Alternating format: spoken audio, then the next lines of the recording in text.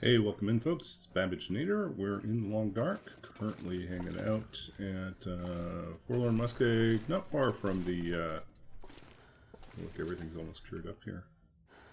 Almost. Yeah, not far from Spence's. We finally have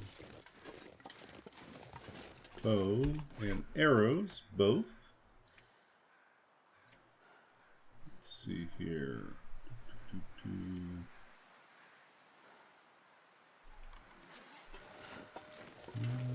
We want to leave a couple pieces of coal behind. I think we will. Go.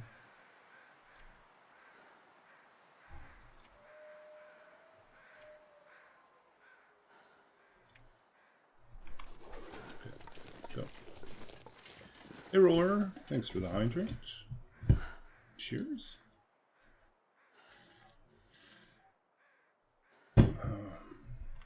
What a beautiful day, right? Oh, it's a beautiful day.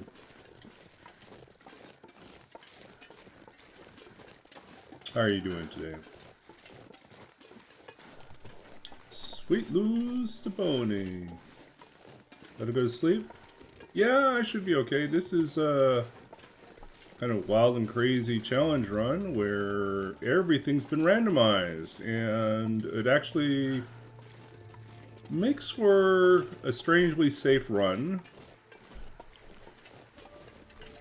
because all the wildlife is passive and scares easily, but it's also a challenging run because blizzards are frequent, and even though the resource level is high, the scarcity is also high, so a lot of times we just don't find stuff. But yeah, it's kind of a fun little challenge. I wrote a little generator so I could create custom runs with completely randomized settings and then try them out. And then we go like 50 days, see how far we can get. So the question is, are we hunting wolves or are we going to hunt deer? Get there.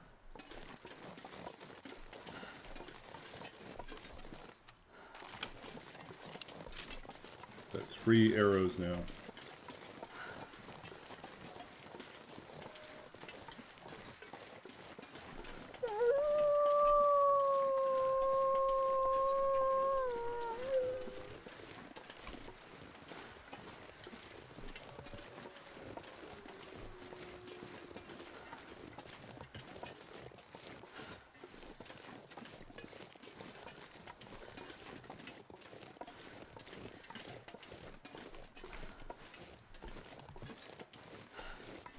Oh, there he is. Do we pick a fight with the wolf?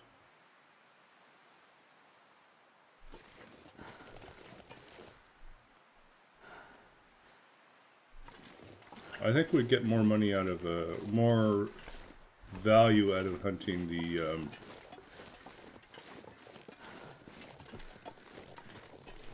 deer. So there's more meat on the deer, and we get closer to getting cooking 5. So we're close, right? Well, no, we're not close. We need to kill a bear, that's what we need. We need to start some more fires, and we need to kill a bear.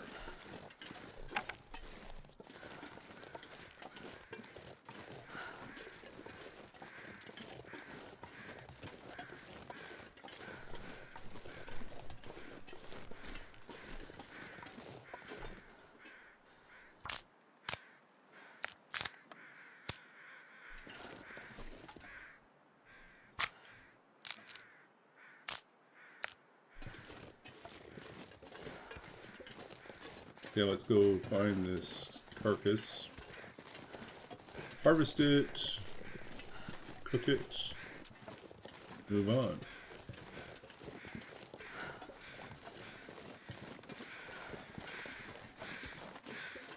So all harvestable plants are at low, which means that there's just a scarcity of cattails, scarcity of saplings, scarcity of tea.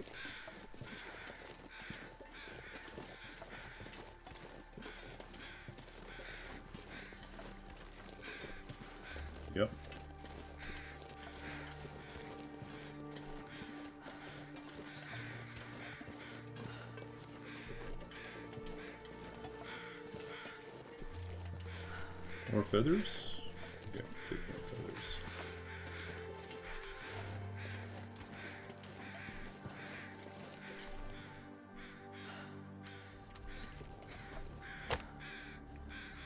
Time to use our Meglins.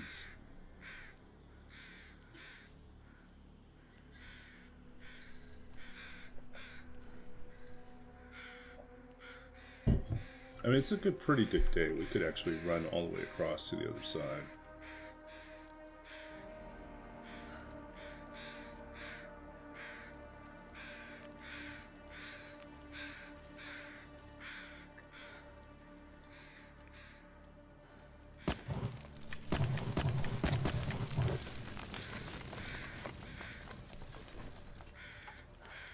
Okay, at this point, all we really care about is, I think meat. I just want to cook the meat. Got plenty of guts and hides stockpiled, so it's no longer an issue.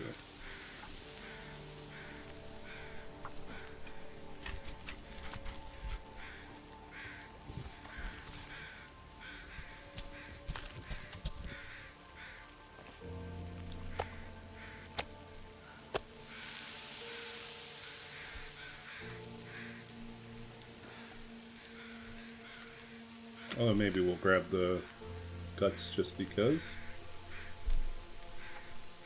Guts are always useful.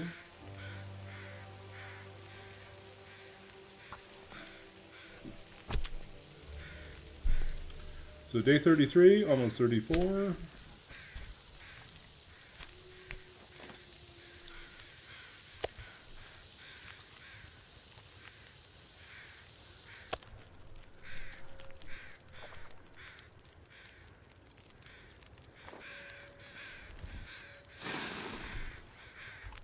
We're going for torches now. Got plenty. Get a better torch. Yeah, not much better. Okay.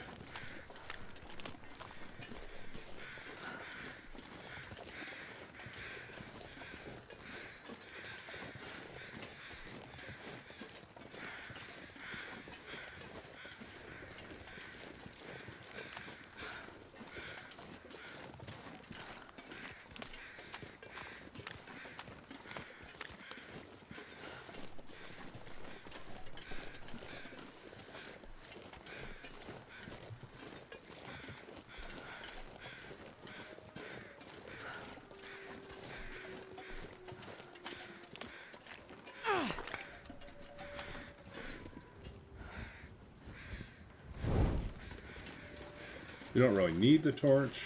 We're just using it because we've got a lot of extra torches, so.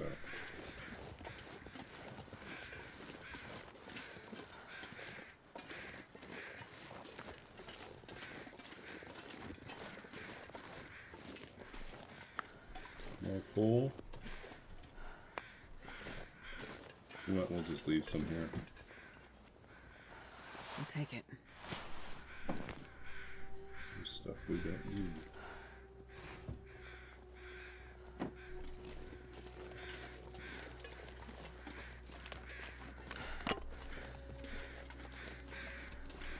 See, like, most of this is, like, shorn. Nothing left. A little bit of cattails here.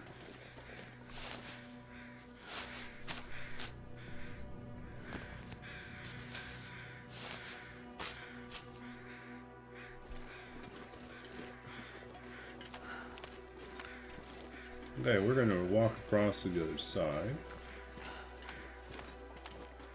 So, main things we're looking for would be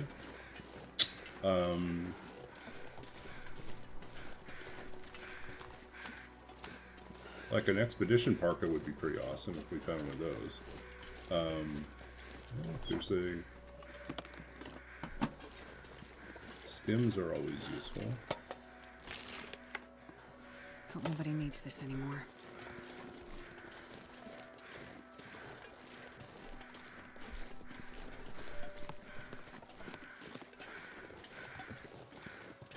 But yeah, more arrows would be great.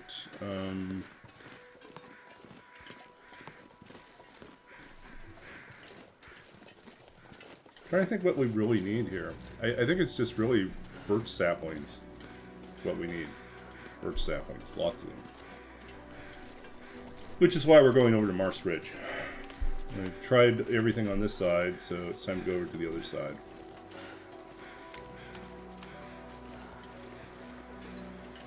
Here comes the wind.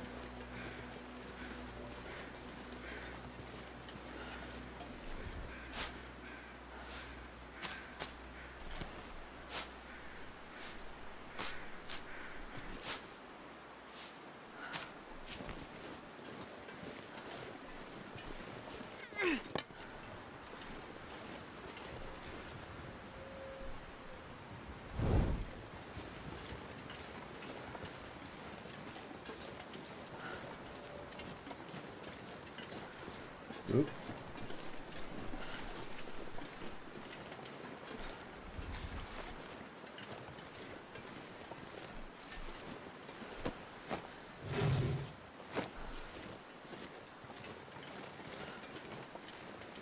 Do we need more firewood? No, not really. Do we need wires? No. Do we need metal? No.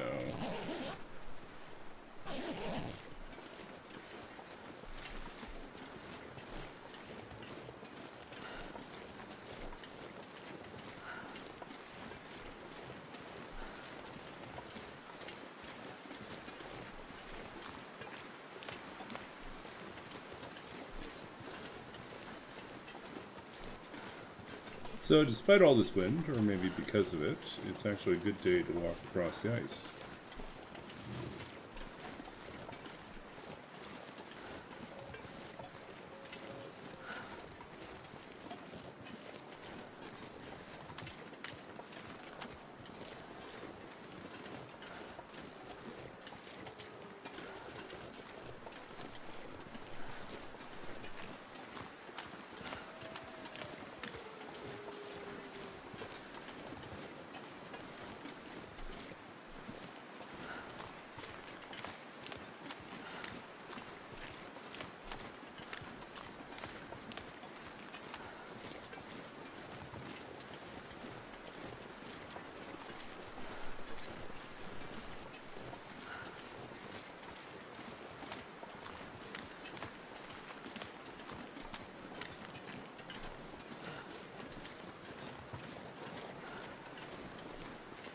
No sign of saplings.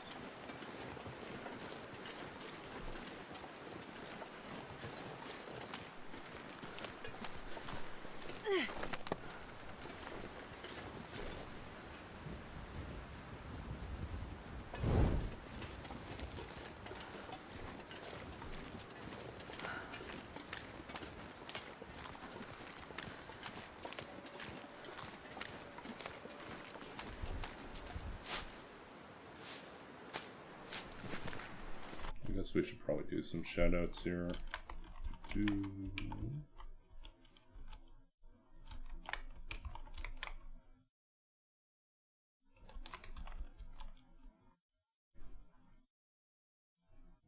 Okay, and another one for Sweet Lou. And then we're back. Crawling across the map. So I guess no new clips for Roller and no clips at all for Sweet Lou.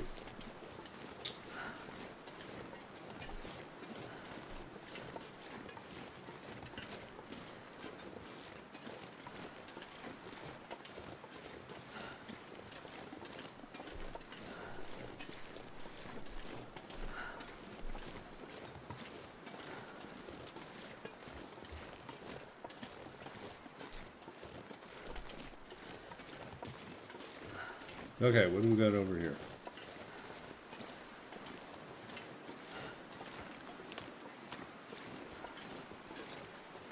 Yet another mag lens.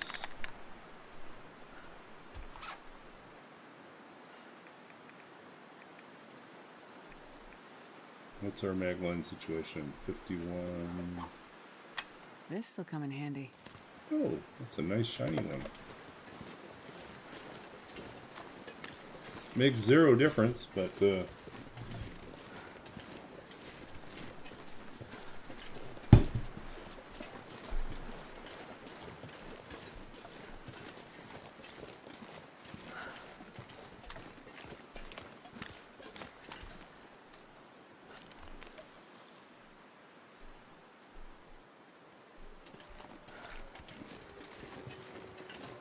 So I spent most of the day wrestling with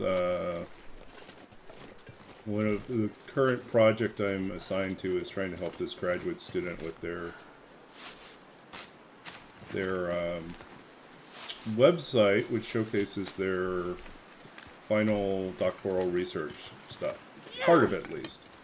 And of course, after we do all this labor over the last few weeks, getting everything straightened out, fixing some loading issues and other problems, suddenly this week, mysteriously, it breaks again. And the best I can figure, and I'm not certain why, it just suddenly decided to break like this, but the website, I think, has stopped relying on WordPress's classic editor and has forced a move to the blocks editor. And the blocks editor is not playing well with the heavy customizations that the website, the person who set up the website for this student, a lot of the custom CSS is not functioning now because it's now operating under Blocks Editor. And Blocks Editor is terrible for allowing like exceptions and special cases to things. So a lot of the custom, like, basically had it set up so that the top level menu items behaved one way, and then the sub menus would have a different hover color and background, which was working fine before, but now no longer works, and a lot of other stuff is like starting to break. So I tried rolling back to try installing the classic editor to see if I could get it to do the layout like it did before, and that's still broken. So I think, regrettably, the solution is probably going to end up being to tell him he needs to migrate over. If he wants to have this level of customization in sort of his style look for the website, he's going to have to set it up as an Elementor website instead.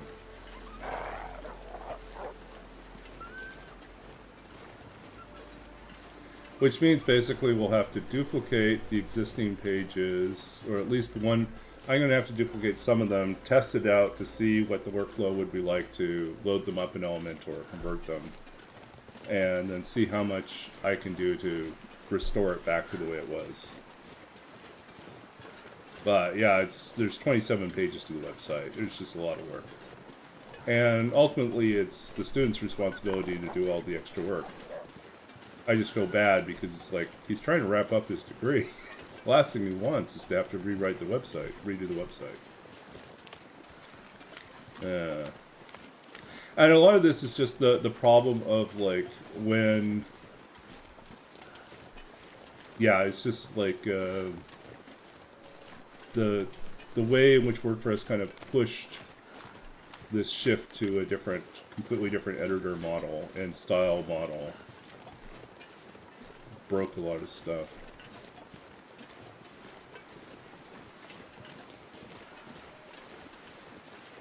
At least that's the best I can figure, because otherwise there's no explanation. We did not touch the code in between. From one week to the next week we didn't touch the code. So I can't figure out why over the weekend it suddenly stops displaying things correctly. Okay.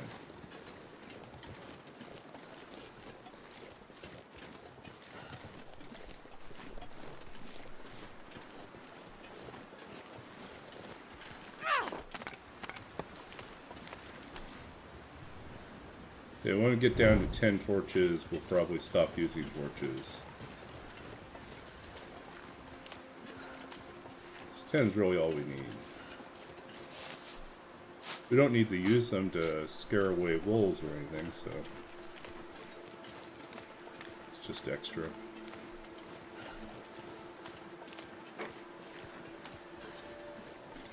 And we've got like plenty of matches, so we don't even need to worry about conserving matches.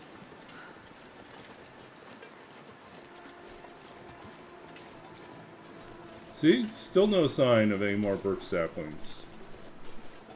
We got one other birch sapling curing back over there in like a cave. We'll go back and pick it up later. But it's got at least another 2 days to go anyway, so we might as well march over here.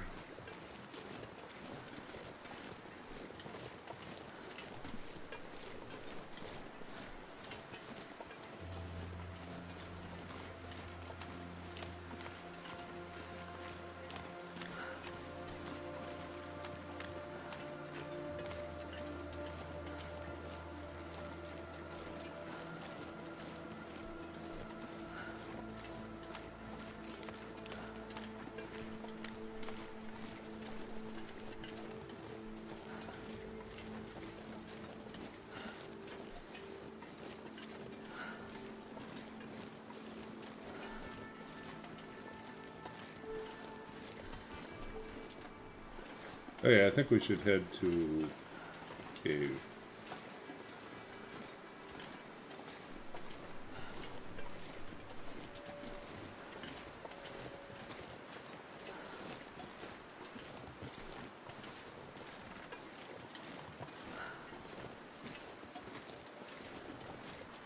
I'm not gonna bother with any more torches now.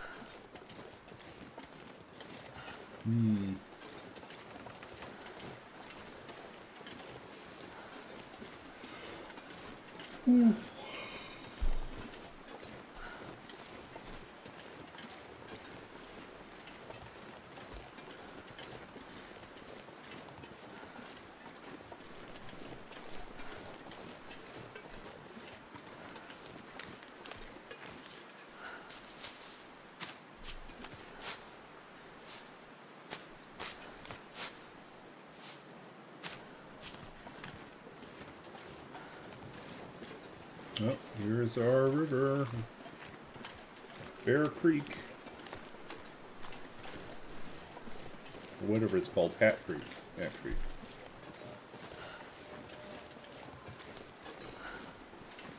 Ooh.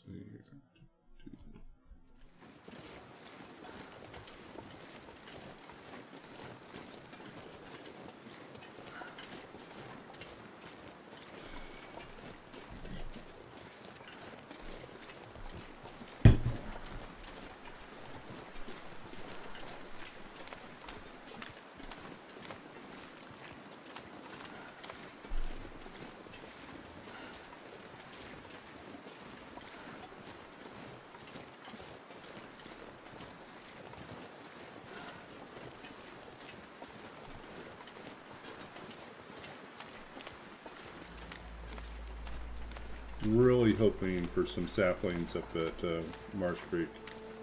Marsh Ridge, yeah.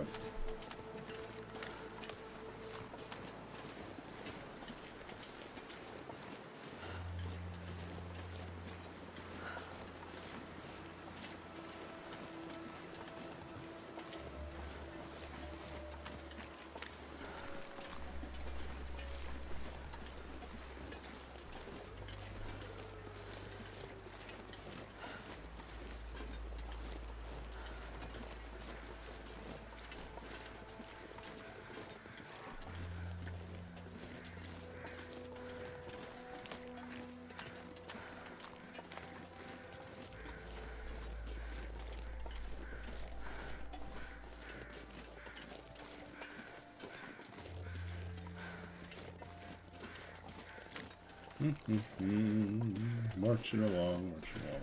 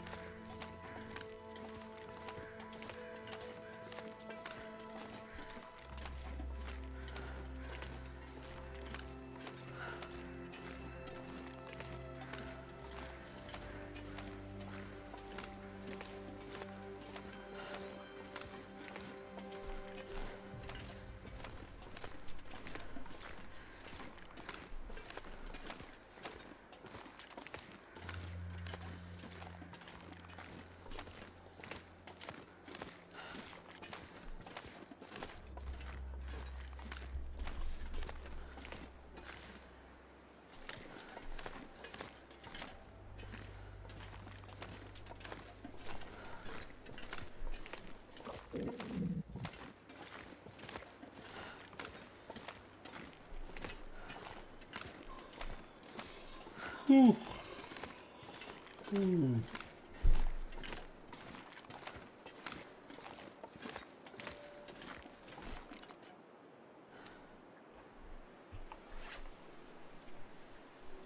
Might as well get this out of our inventory. Boom.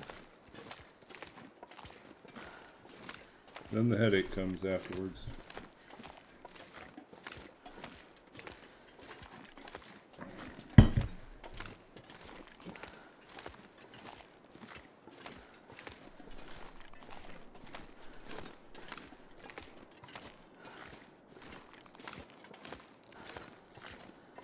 So we're on day 34 right now.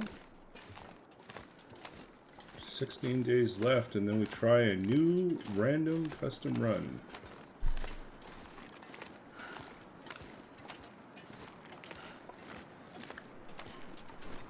But before we wrap up this run, I really would like to have more than 3 arrows. I think that's one of my goals. Get to about 10 or 12 arrows. And have a bear coat or be on my way to a bear coat. And maybe also visit the summit. We have to get to the summit. That would be a good challenge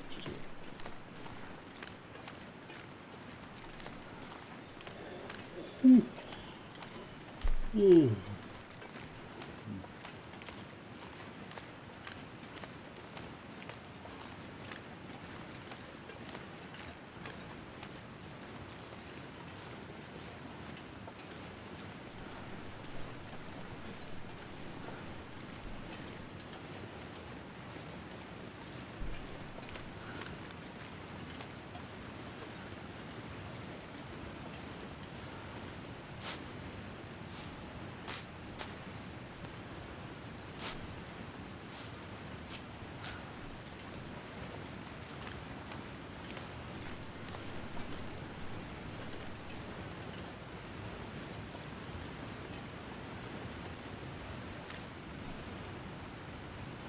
Okay.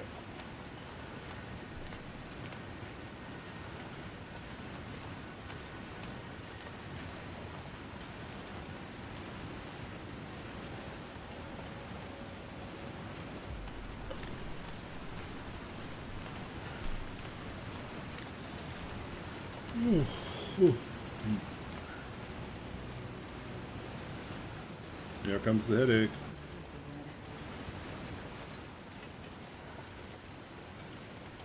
Okay.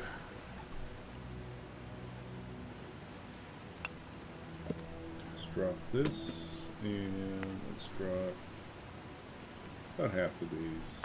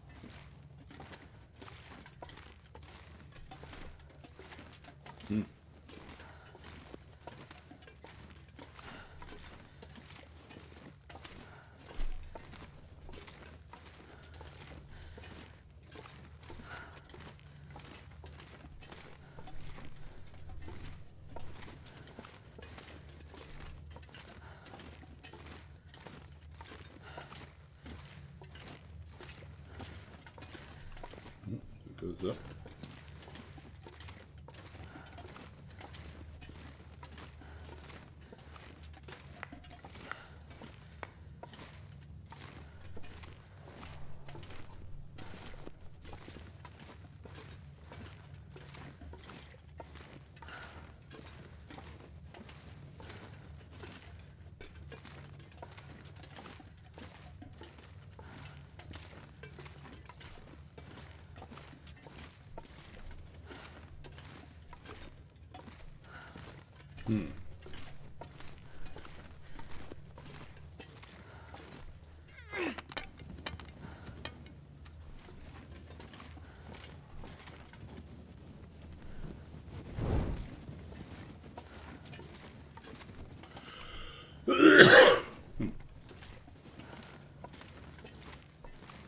Hopefully we're not going around in circles here.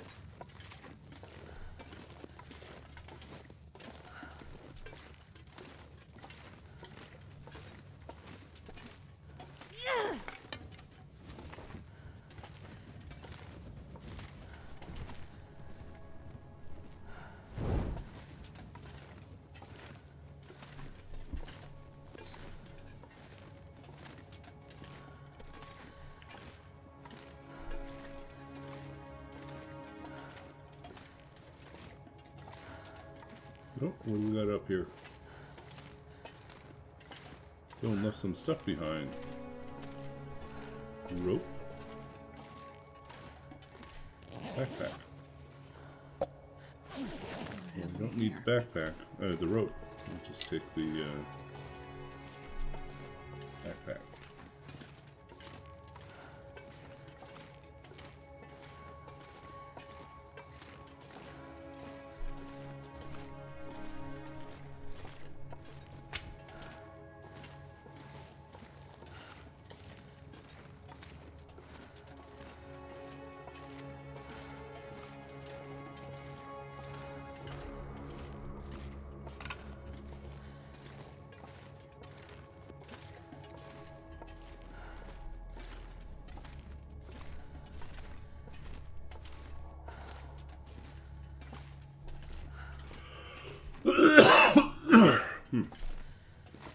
Okay.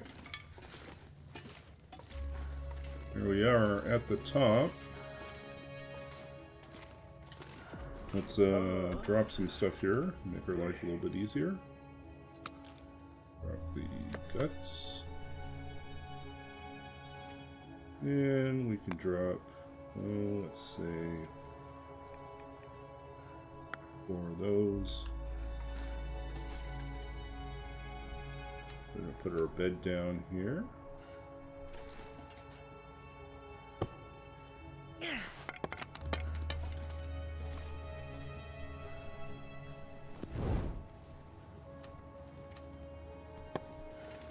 Let's go out here.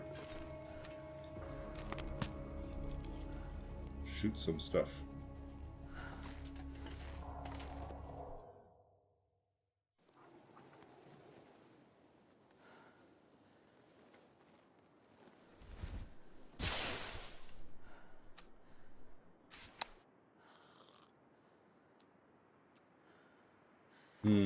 I don't see any moose markings, which is a little sad.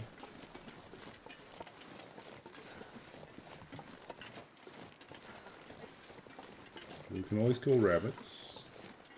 First we'll look to see if there's birch saplings or a deer to hunt.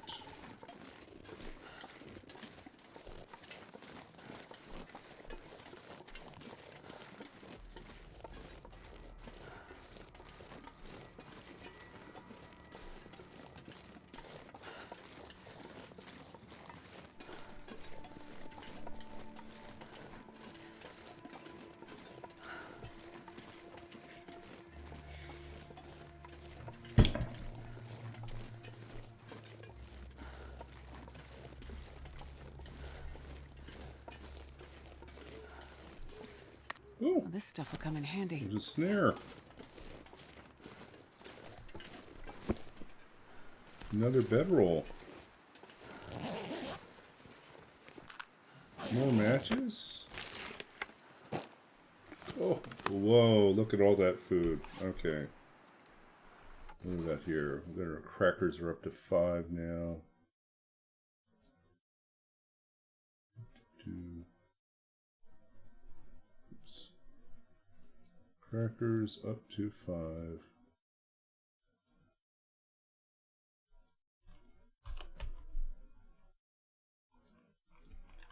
Important stuff taken care of. Okay.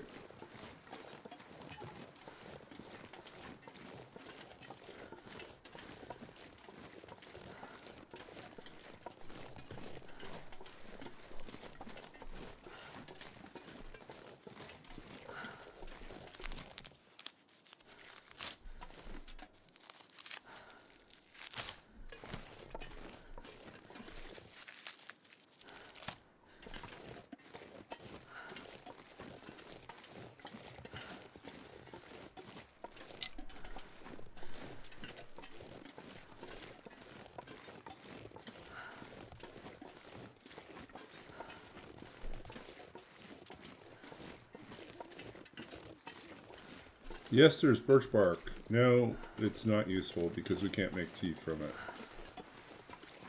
Can't make tea out of it, so it's useless to us. Except as tinder, and we're not going to need tinder soon.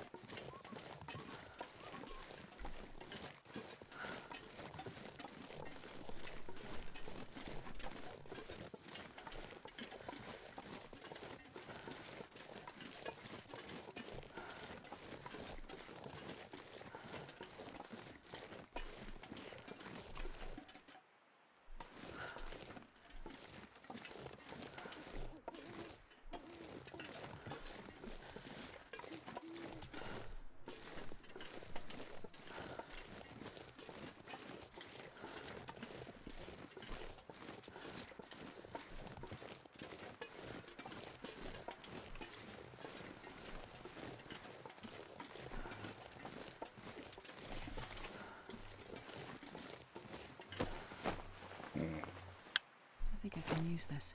Yet another flare shell. Still no flare gun.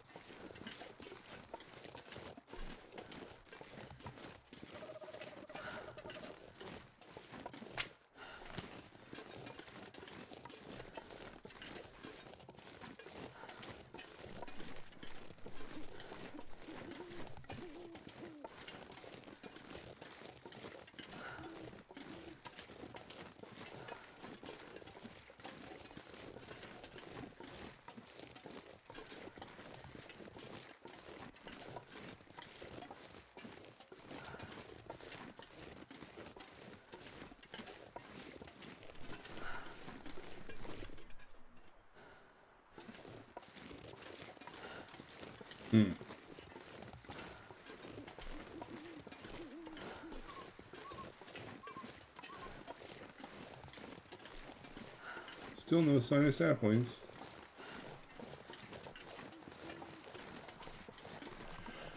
Whew.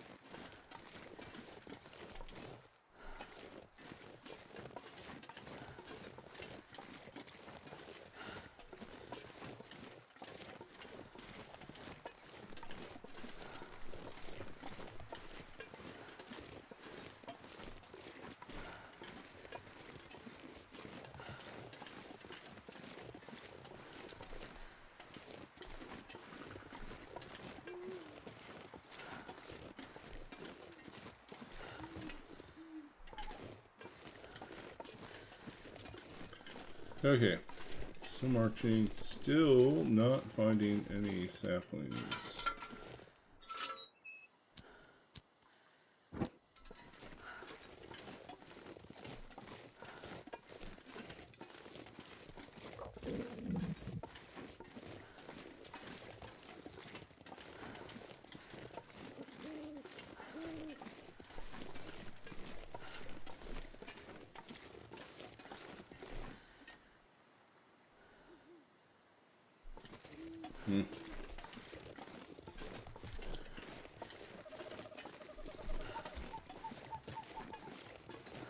This is really worrisome that there's just no, like, grand total in 34 days, 2 birch saplings. That's it. That's all we found.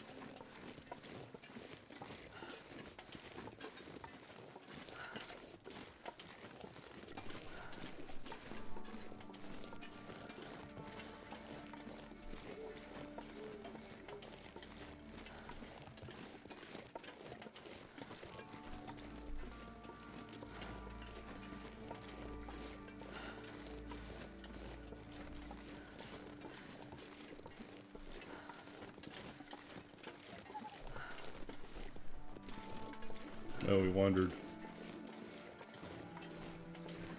We'll go up this way.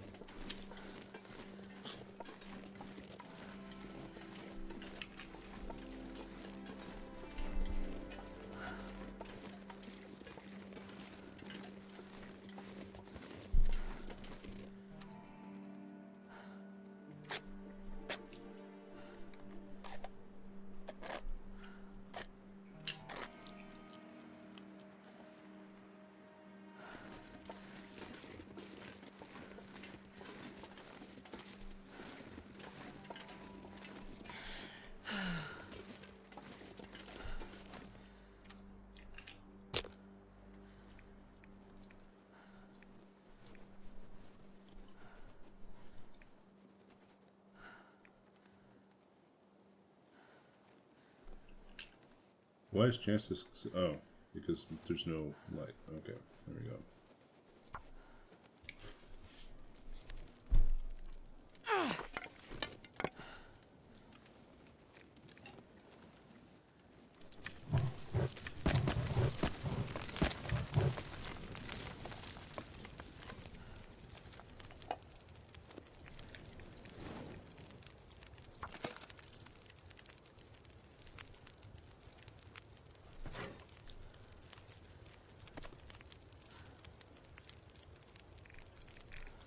Let's see, what do we have? We just have teas. I guess we make more water.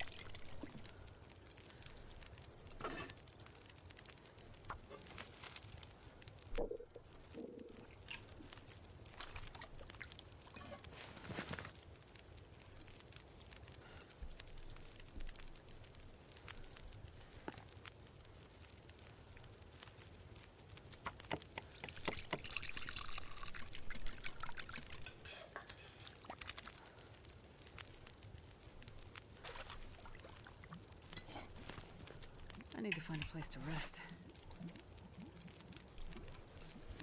Okay, let's see. Forge.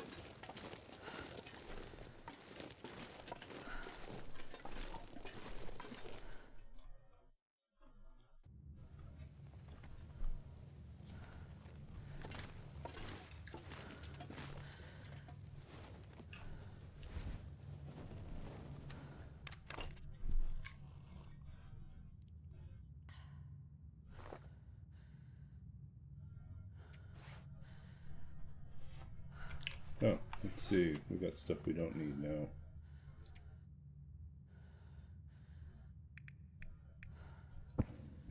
Don't need the extra bedroll. Don't need the extra can.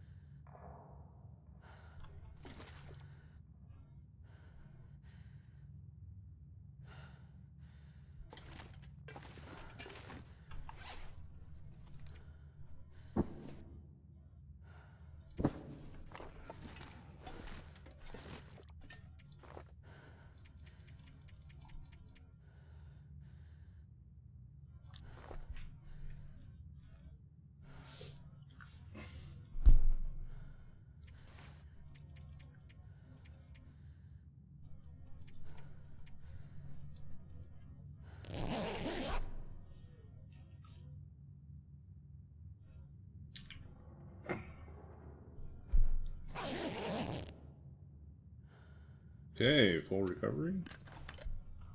Well, we didn't really lose anything, so.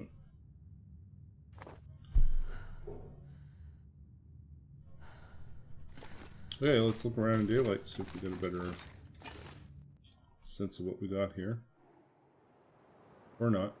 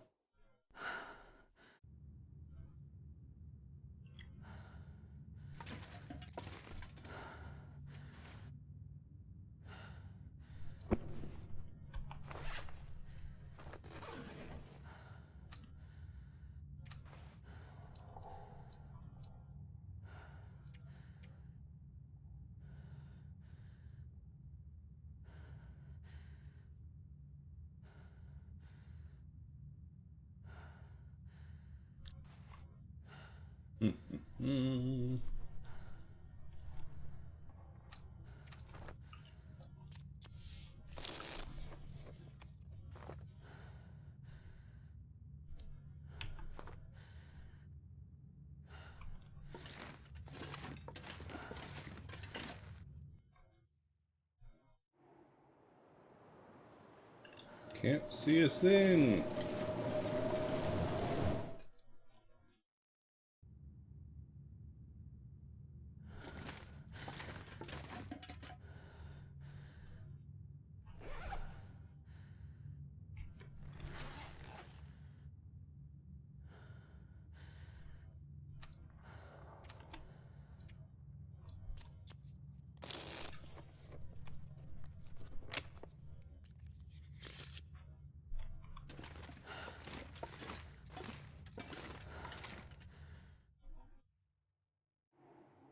Alright, here we are. Back again.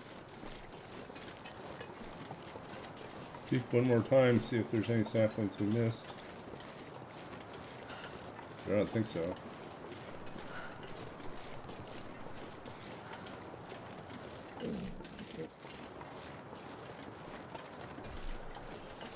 Yep, that's an epic fail. Nothing here.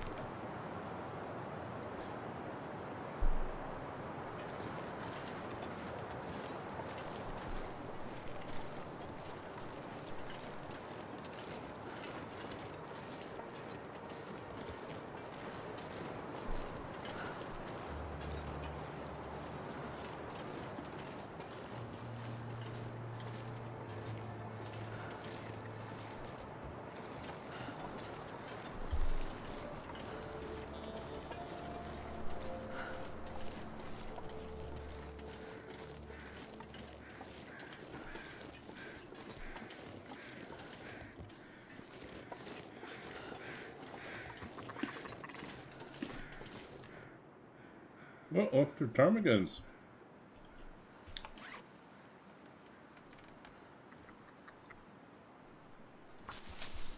We could hunt ptarmigans with our crafty arrows. For meat? For feathers? We need more? Oh, I guess we could always try to make an improvised sleeping bag. What would that take?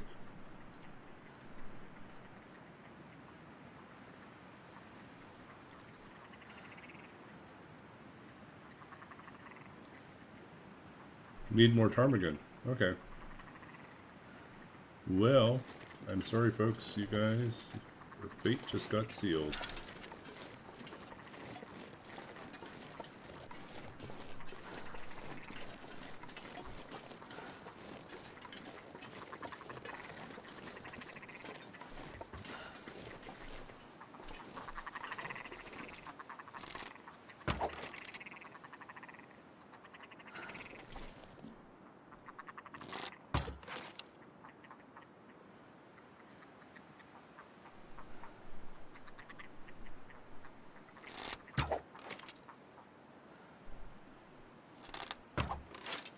Oh, perfect shooting gallery. We took them all out.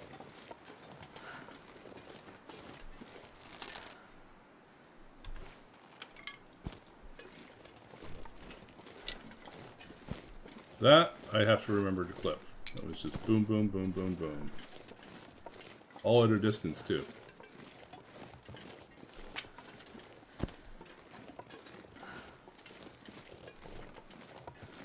That was good stuff. It's me at my hour mark. Okay. Hour and 3, I think it is. We'll just remember to go and check on that.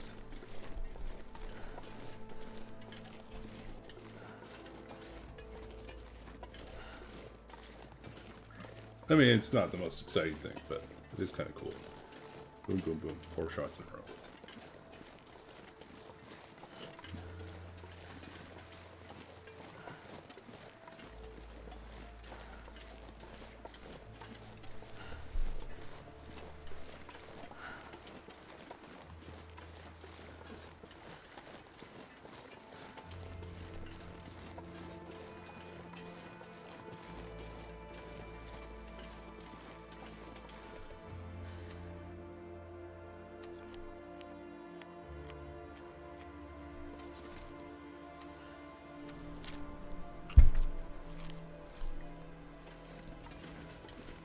I think I want to make it all the way to to Desolation Point, actually, on this run. That would be pretty cool. Then I will have gone from Forlorn or Forsaken Airfield all the way to the opposite side.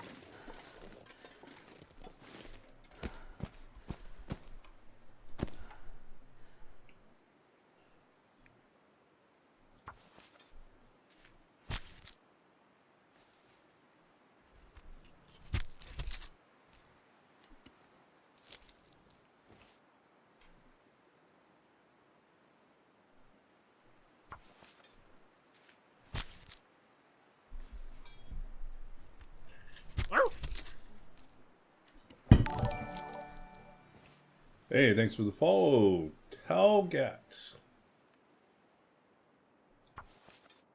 1976, welcome in. If you're new to this channel, new to this stream, we're doing a challenge. We're doing kind of an odd challenge. Here we go. Throw the challenge up here. So basically, a couple weeks ago, I had the idea that it would be kind of cool to do a custom run with completely randomized settings.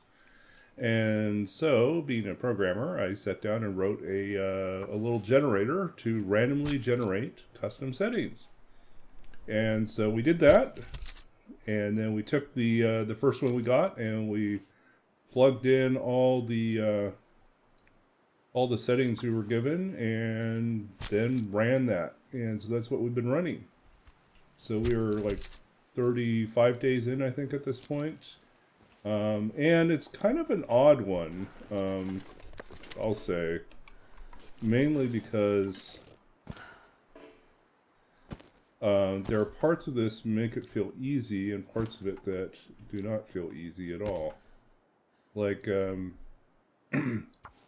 may seem to be pretty convenient to have passive wildlife and minimal damage from cold wind, which means we can walk around outside for long periods of time, and that we start off with high gear and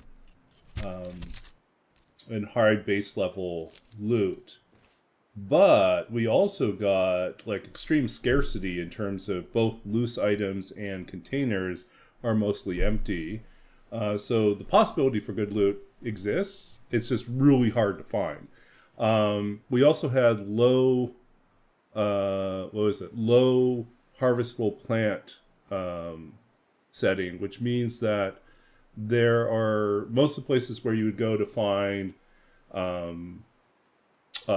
like the teas, like the mushrooms and the rose hips, or the saplings, or the cattails, are all a lot of them are empty. They're already harvested, and so there's nothing for you there. There are no revolvers or rifles, so it's pretty much like Interloper. But the scarcity of birch saplings makes it nearly impossible to make arrows. We can find arrows in the world, but finding birch saplings, we found 2 in the last 35 days. That's how bad it is. Okay, already did that one, already did this one, already did this one. This is the one we haven't done yet. So, yeah, so it's been kind of wild. Hunting's interesting. We now have 3 arrows again.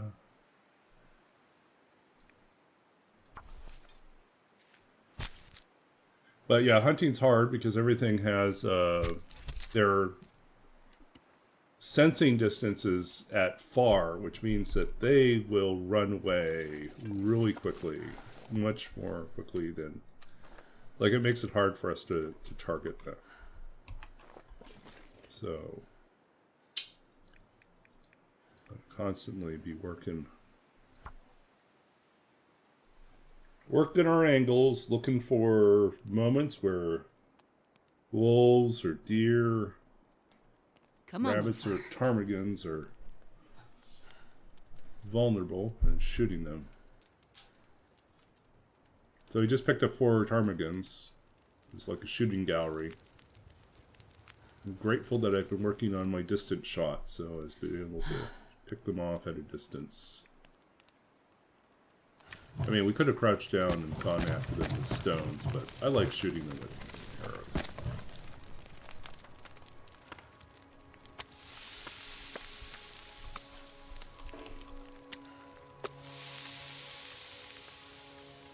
You know? Maybe we'll do this.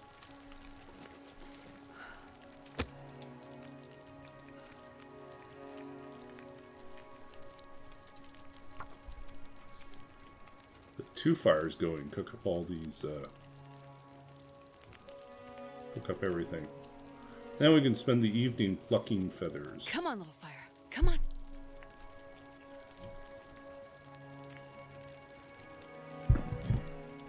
Oh, yeah. That's a good one. Oh, there we go. That's all we needed to get to our fire starting. 3, or, yeah, 3. So we're officially no longer in need of these guys.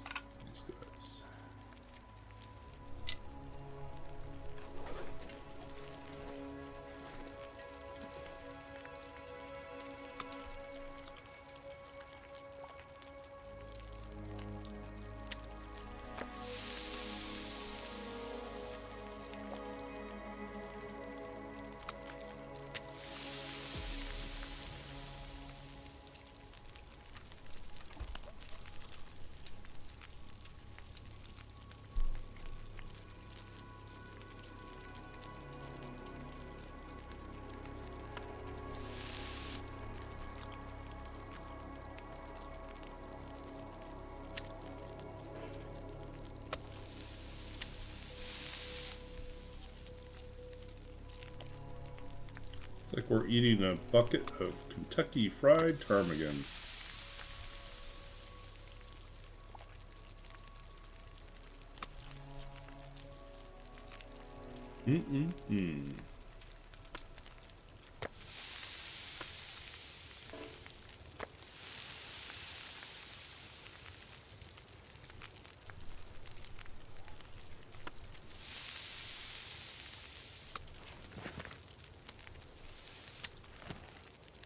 I'm not going to be able to carry this load for much longer.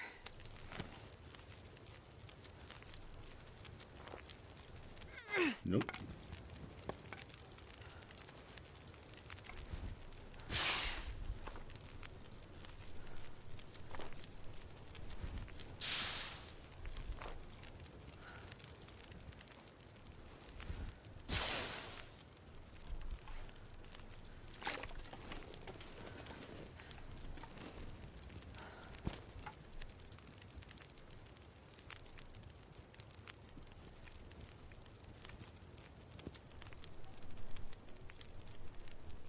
$36.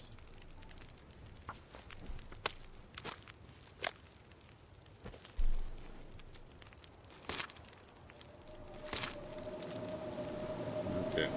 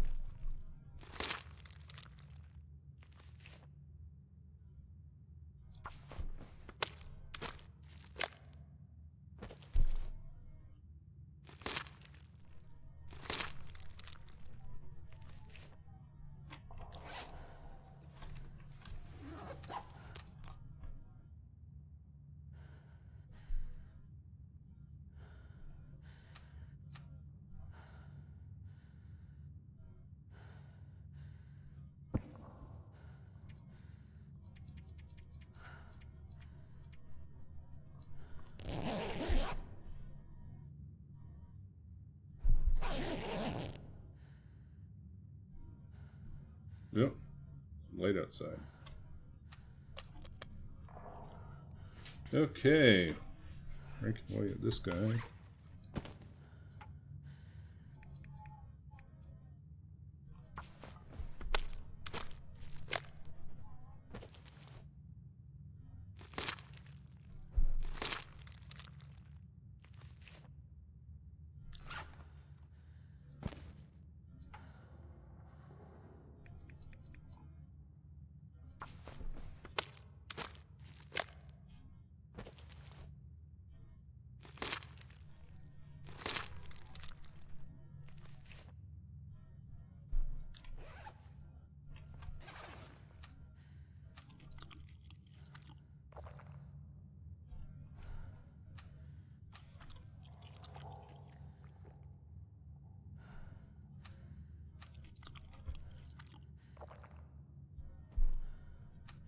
Filling up on ptarmigan.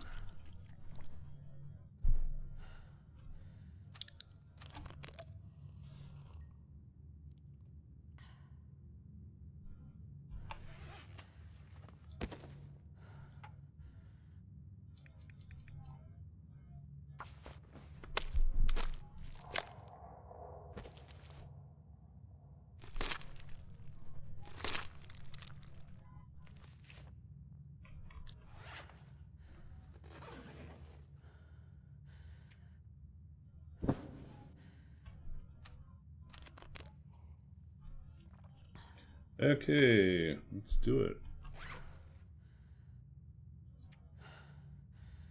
Improvise bedroll.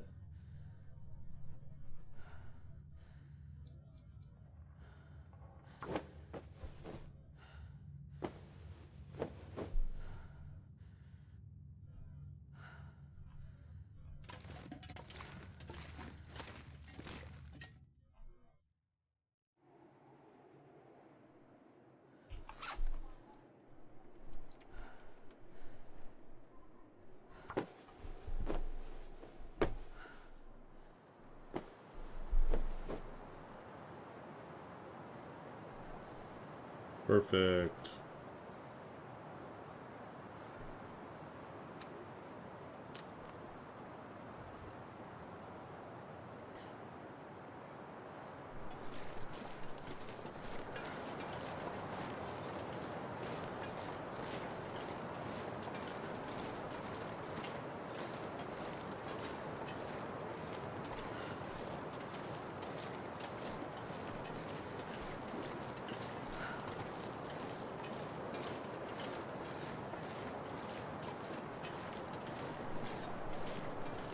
Nope, bunnies.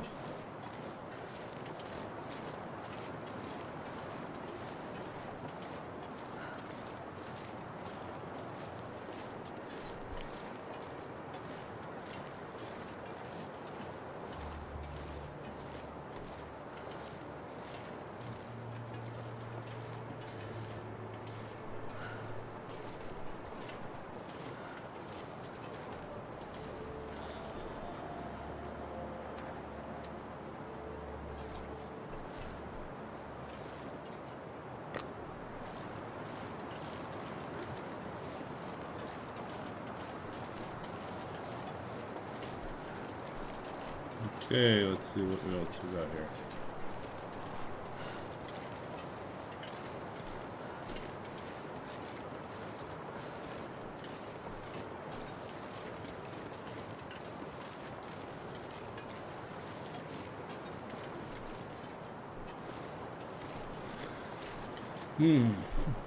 A little sleepy. No luck with saplings.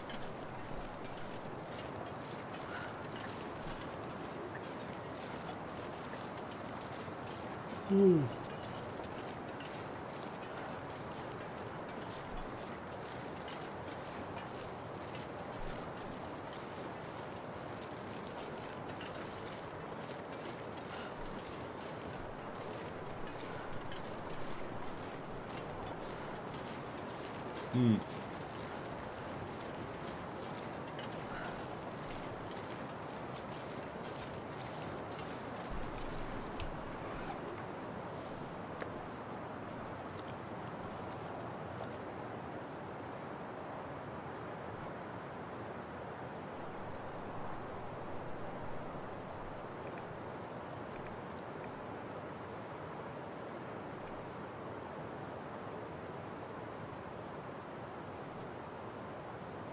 How's our clothing doing here? Anything need repair?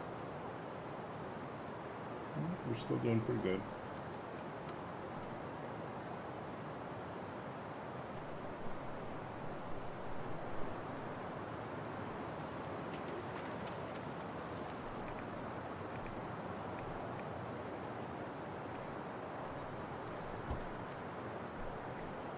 $31 teas. We don't need that many teas. Not for this run. Oh, let's see, how else are we doing here? Okay, carcass harvesting. We're almost at 4.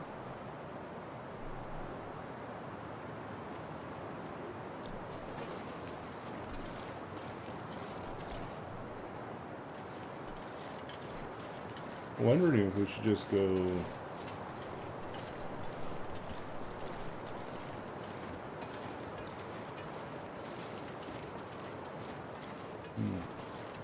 We should cross back over, maybe? Or should we work our way around? This pack is getting too heavy to carry. Okay, stuff we don't need. We don't need to carry this guy. Could rip this guy up for some more cloth.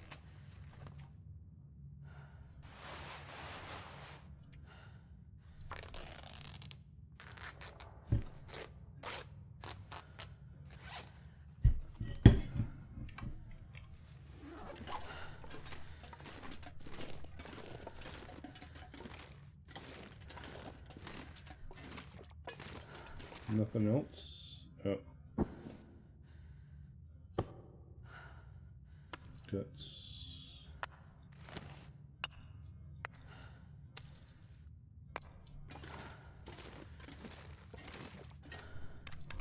Okay, I think we're gonna work our way back. Well, actually, we're gonna work our way around. Let's go check out the radio tower. We'll check the radio tower, then we'll also work our way around to the other cave. We might get a chance to check out a bear, maybe.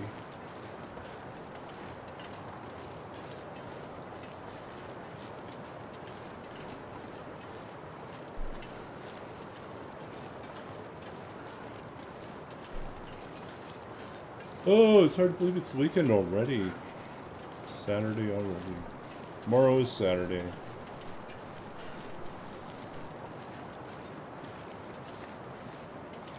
And I'm starting a new D&D campaign on Sunday night.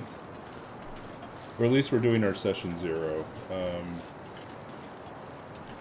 I'm actually going to be gone for a couple weeks, so that will mean...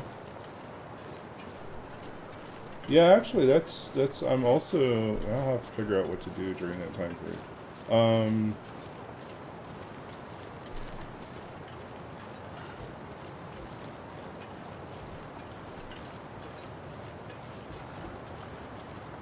It's not us.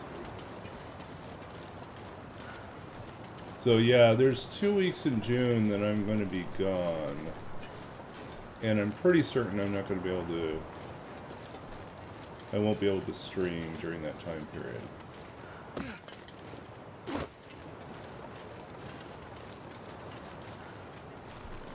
If I stream, it will probably just be on a weekend.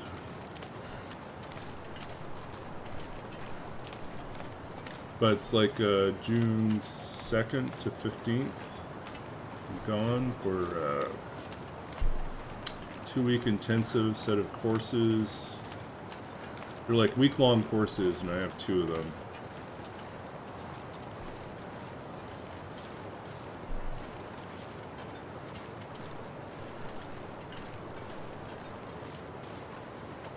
Ooh, got a deer. Back to deer.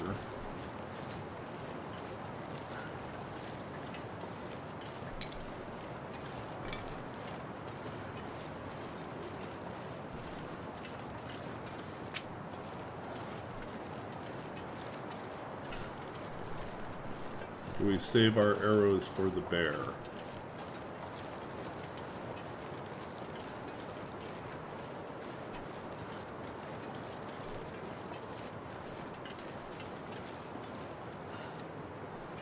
We will need food.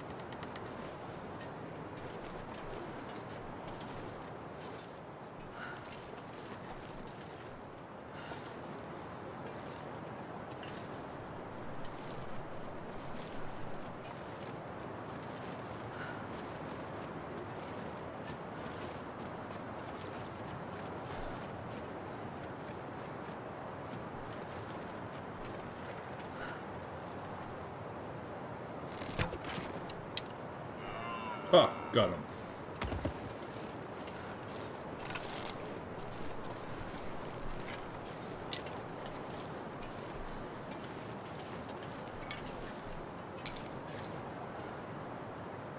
It's a little gusty right now.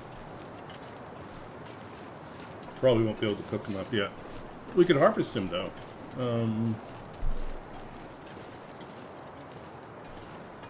Because we're not cold, so stand there and harvest him up. First we're going to check out the tower, see if there's anything good here.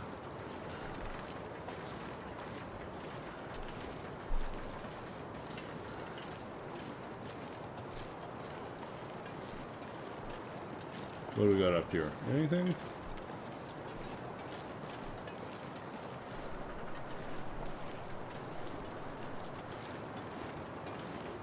Vista location. Look at that. Vista location. Feel like drawing a picture.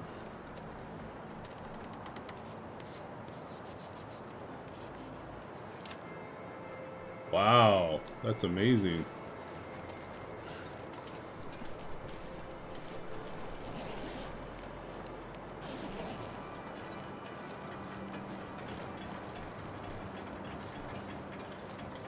Nope.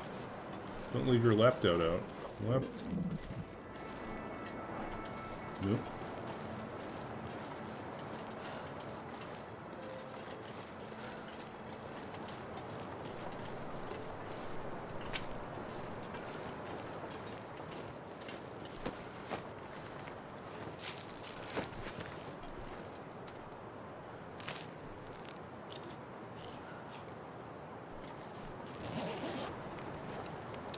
I'll take it. Don't need it. You don't need it. Although what we really should do here is we should take these out, take this one out at least, and just drop it. So in case in the future we should ever need it, we can come back and harvest it.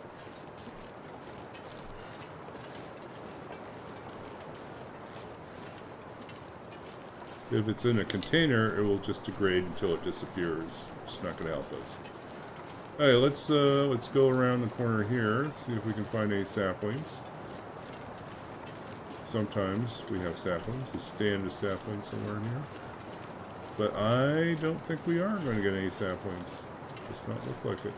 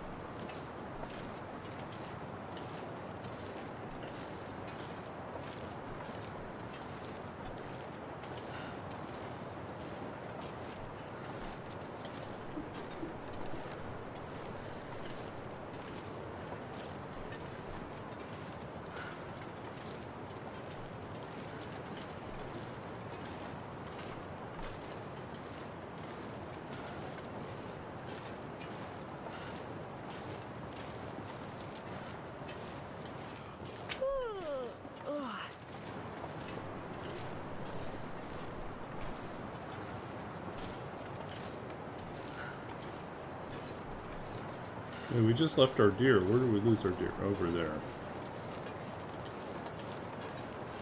Nope. Too far.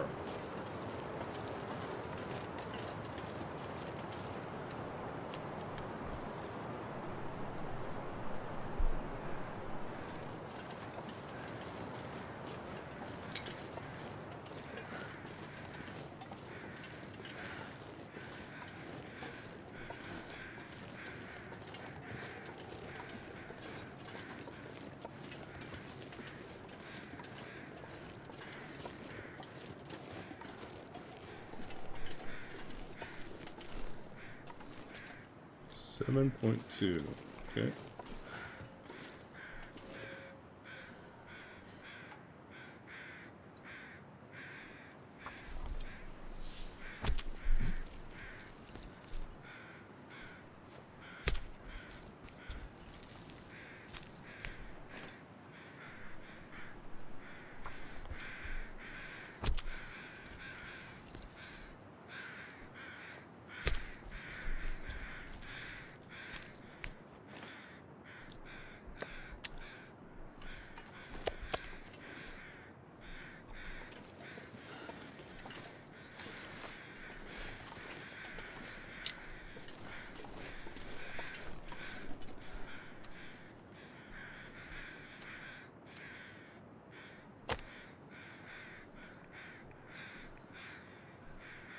Oh, too overcast.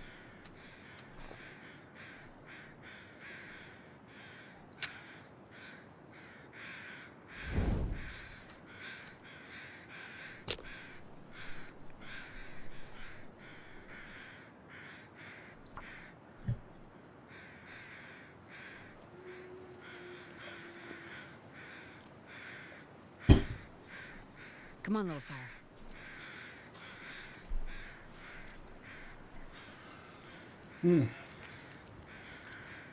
Perfect.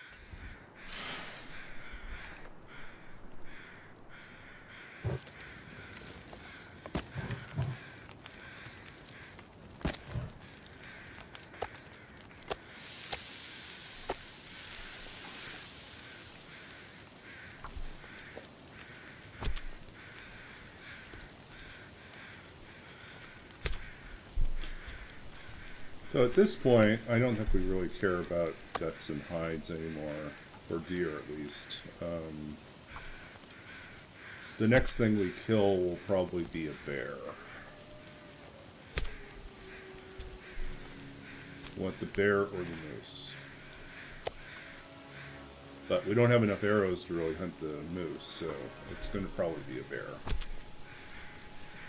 If we can kill two bears, then we'll have enough to make ourselves bearskin coat.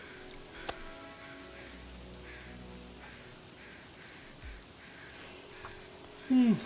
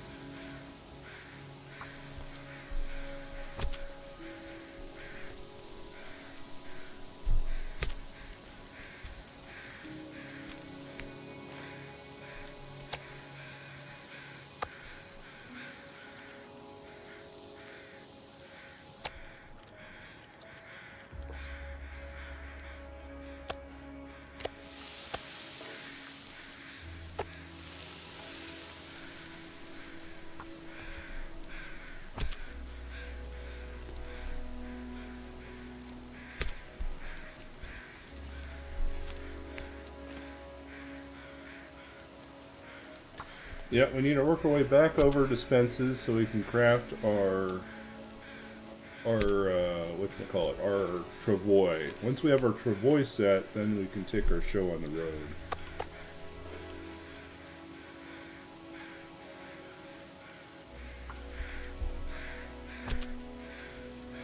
Then we can afford to kill things, right?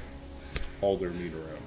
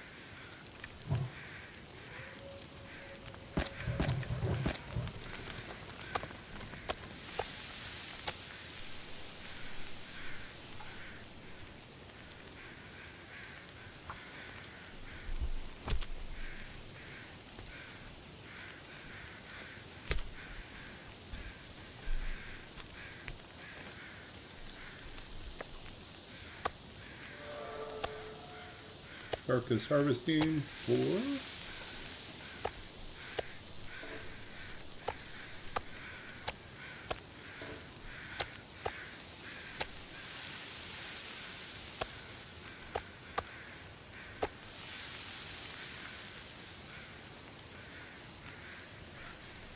Oh, good moment. Hey, Talget. Yeah.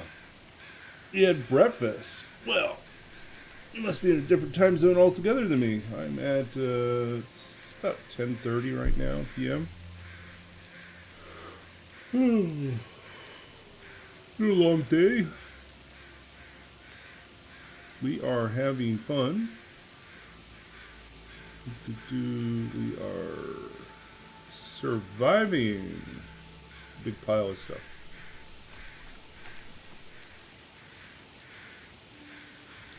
Plus 25, we're staying pretty comfortable in this weather.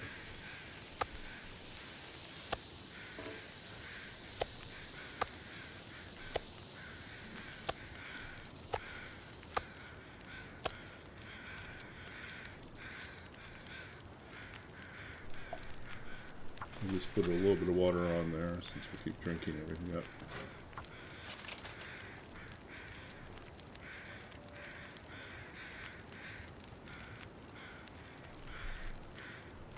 I'll give you a shout out here. Not certain if you stream, but we'll give you a try. Guess we're playing Long Dark.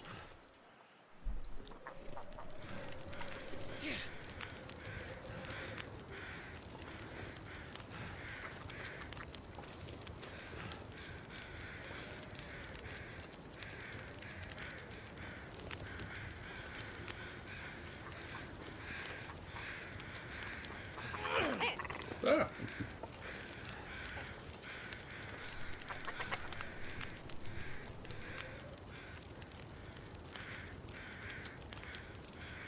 You missed us earlier. Earlier, we came across 4 ptarmigan, and so pulled out the bow and shot all 4 without them running away.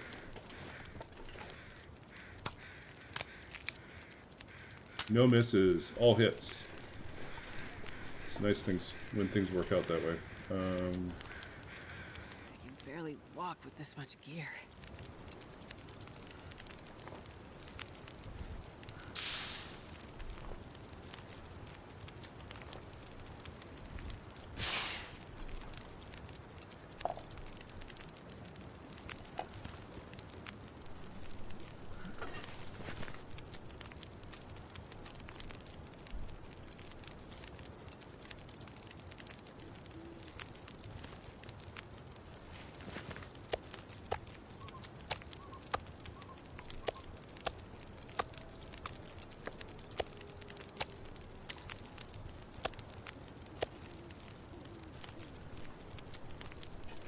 Perfect. We've got a little bit of daylight left.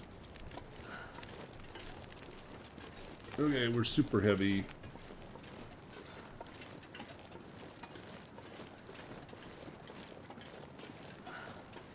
$10:27 here? Yeah, same time zone as me then. Or 10:27 p.m. for me. Are you 10:27 in the morning? Are we 12 hours apart?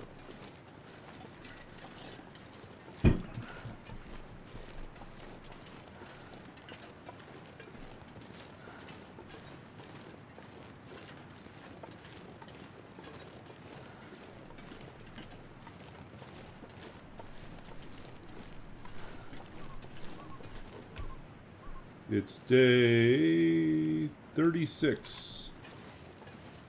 And so far we've only found 2 birch saplings. This runs really hard on saplings.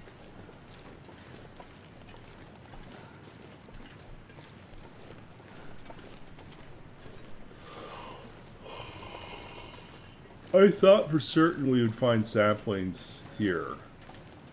Or up at Marsh Ridge, like above Hat Creek. Neither place had saplings. Would strike it. Oh, you also play Interloper. Yeah, most of what I do is Interloper, but sometimes I'll come up with these other challenges. This one is, I'll post it again if you missed it, but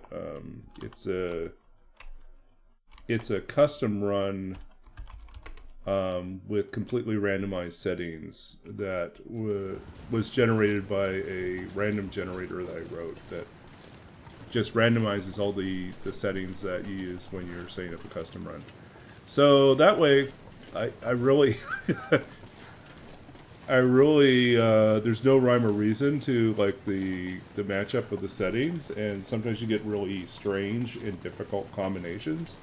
A lot of times we assume like a challenge has to be something that is maxed out on, on scarcity or on, severity, right? Things have to be really hard and they're set at the max. But sometimes a challenge can be challenging because of an unexpected combination of things. So for instance, in this challenge, we have to hunt with a bow and arrow because we got no revolver and no rifle. So no revolver or rifle in the world, so it's basically like Interloper in that respect. But the harvestable plant life is set at low, which means that there's a scarcity of mushrooms and of rose hips and of saplings. So there's just not as many saplings in the world, which means that you can go region to region and not find saplings. And that's exactly what happened. We spawned in Forsaken Airfield, no saplings. We went to Transfer Pass, no saplings. We found maple saplings, no birch saplings. We went to the Far Range rail line, again, no birch saplings. We got to Broken Railroad, again, no birch saplings. And then we finally got to Forsaken or Forlorn Muskeg, and we found 2 birch saplings so far. Yeah, and that's all we got. 2.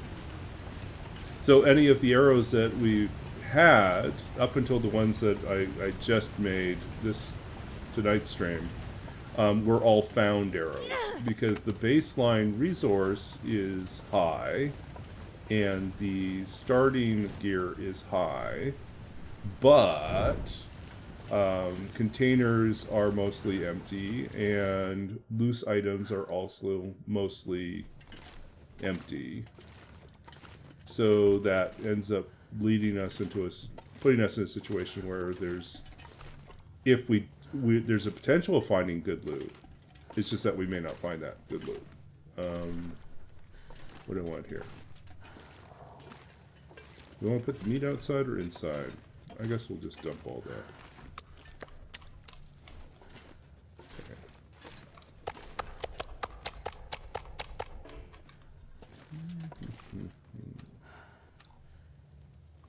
Big lumpy sleeping bag. Okay.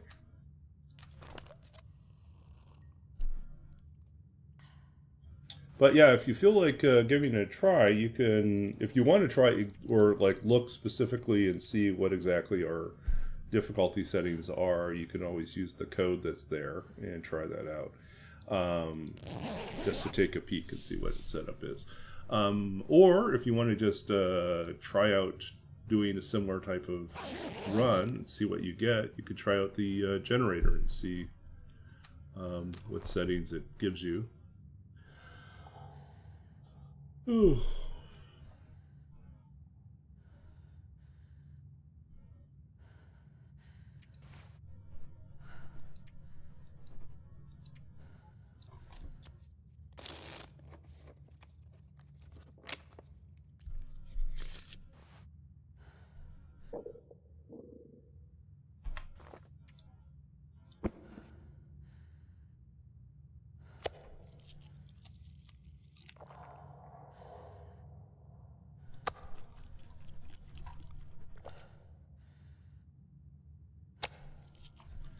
Well, I'll see.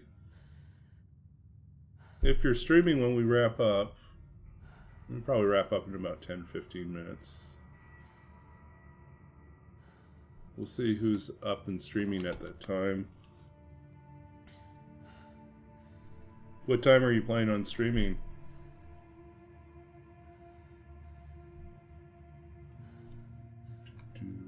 Okay, so stuff we can do here. We can preemptively fix this. Don't need to do it so soon, but...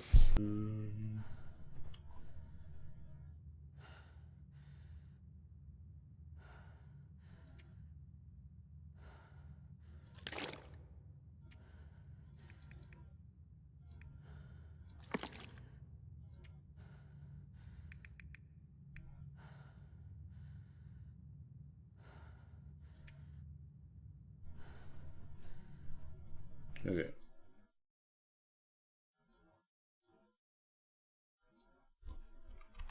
So we killed 4 of those, so we're at 7. And we killed another deer. I am in Vancouver, BC. In Canada.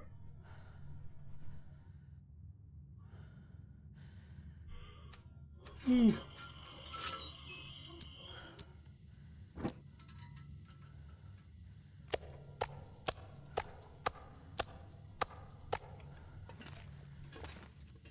We don't need the guts, we'll leave them here.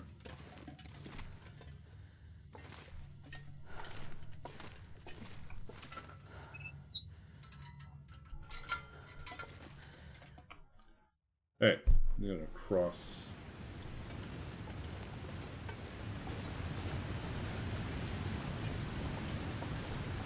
So, certain aspects of this challenge are different from Interloper. Probably the most noticeable one is that wildlife is passive, so nothing chases me unless I try to steal its dinner. So the wolves will leave me alone unless I try to steal their dinner, and then they'll attack me.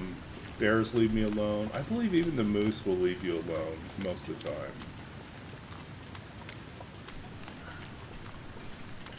Which makes, actually, and then the sensing distance is set at far, which means that they sense you from quite a ways away, which then means hunting them is really hard. You have to get used to taking long shots, or waiting for the opportune time. Like there's a few tricks. Like if you're hunting wolves, wait for them to howl. When they're in the middle of their howling animation, they can't move. They can't break the animation. It's the perfect time to shoot them. And then, or wait for them to take down something else, and then while they're busy eating their prey, you shoot them, and they run off, and then they'll bleed to death.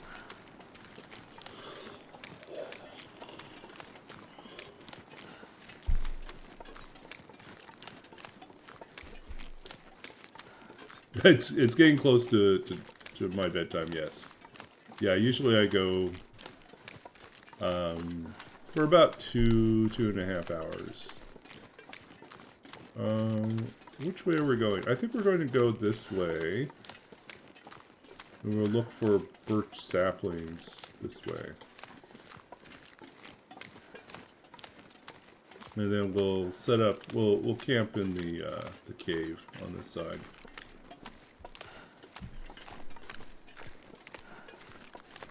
Try to make a big loop of the entire region so that we can confirm that we've searched everywhere for birch saplings.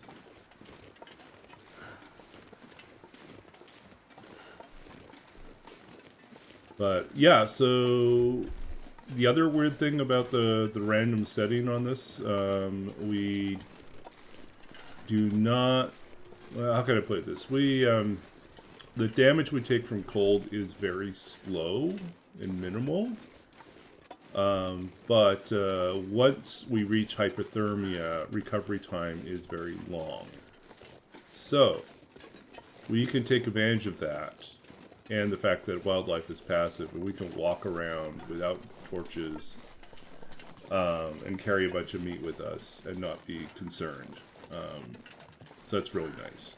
But not anything you could actually ever do with an interloper, unless you really wanted to draw out all the predators.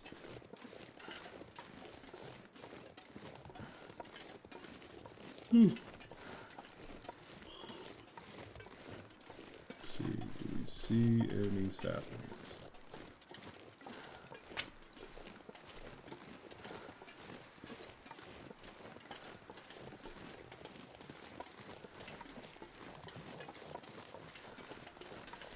Wolf over there, but we've only got 2 working arrows at this point, so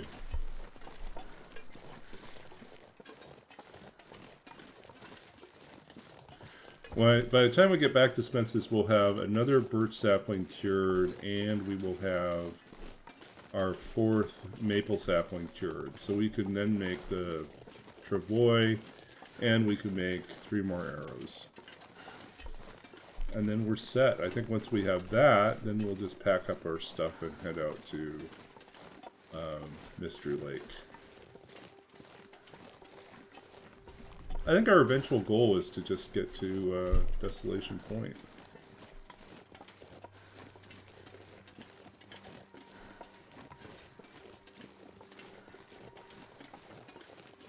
Don't see any sign.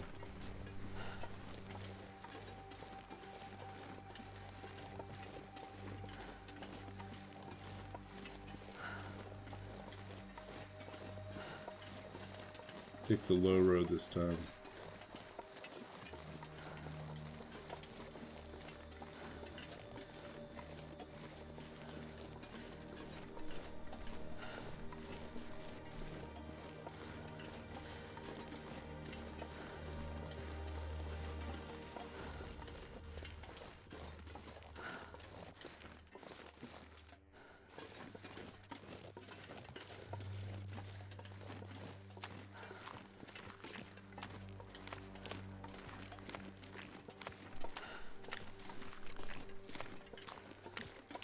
Okay.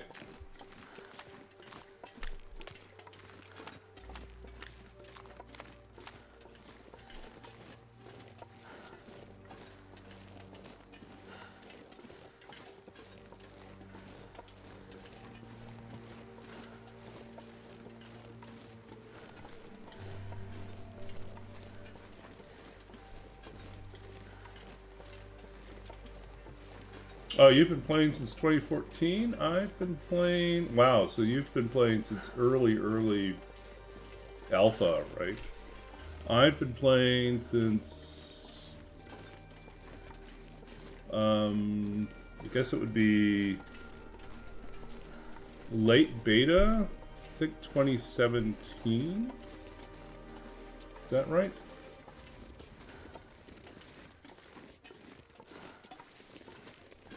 I think the official release was in 2017, and I started about 6 months before then. In a pre-release, you know, beta. So I've been playing a long time. But I haven't played uninterrupted. I took breaks in between, and so... But at this point I have about 750 hours in Stalker and about 2,500 hours in Interloper. I think that's about right. 2,500? Might be 2,400. No. Yeah, about 2,500. So a grand total of around 3,300 hours.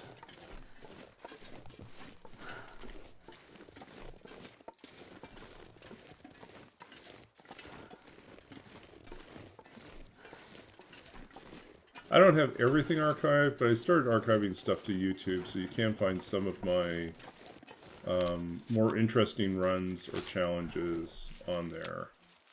I participated in a tournament, my first TLD tournament a couple years ago, called All Your Bases, and it was an interesting challenge where, you know, there were different difficulty settings. I chose to compete at the interloper level because although I was relatively new to interloper at the time, I definitely found myself like not challenged by the stalker mode, so did interloper level, which was like a different sort of laundry list of things that you had to bring back to your base. The hardest part of that was the hunting, because the challenge was not based in interloper, it was based in pilgrim, and so all the wildlife ran away. Everything was passive and ran far, far away. And so you had to develop whole different strategies and get used to shooting at a really long distance in order to succeed in that. And that run, that challenge ended on a rather epic note because I think it was about 7 days before the end of... so I had 7 days left of in-game time before I would run out of time on the tournament. Like, the tournament ended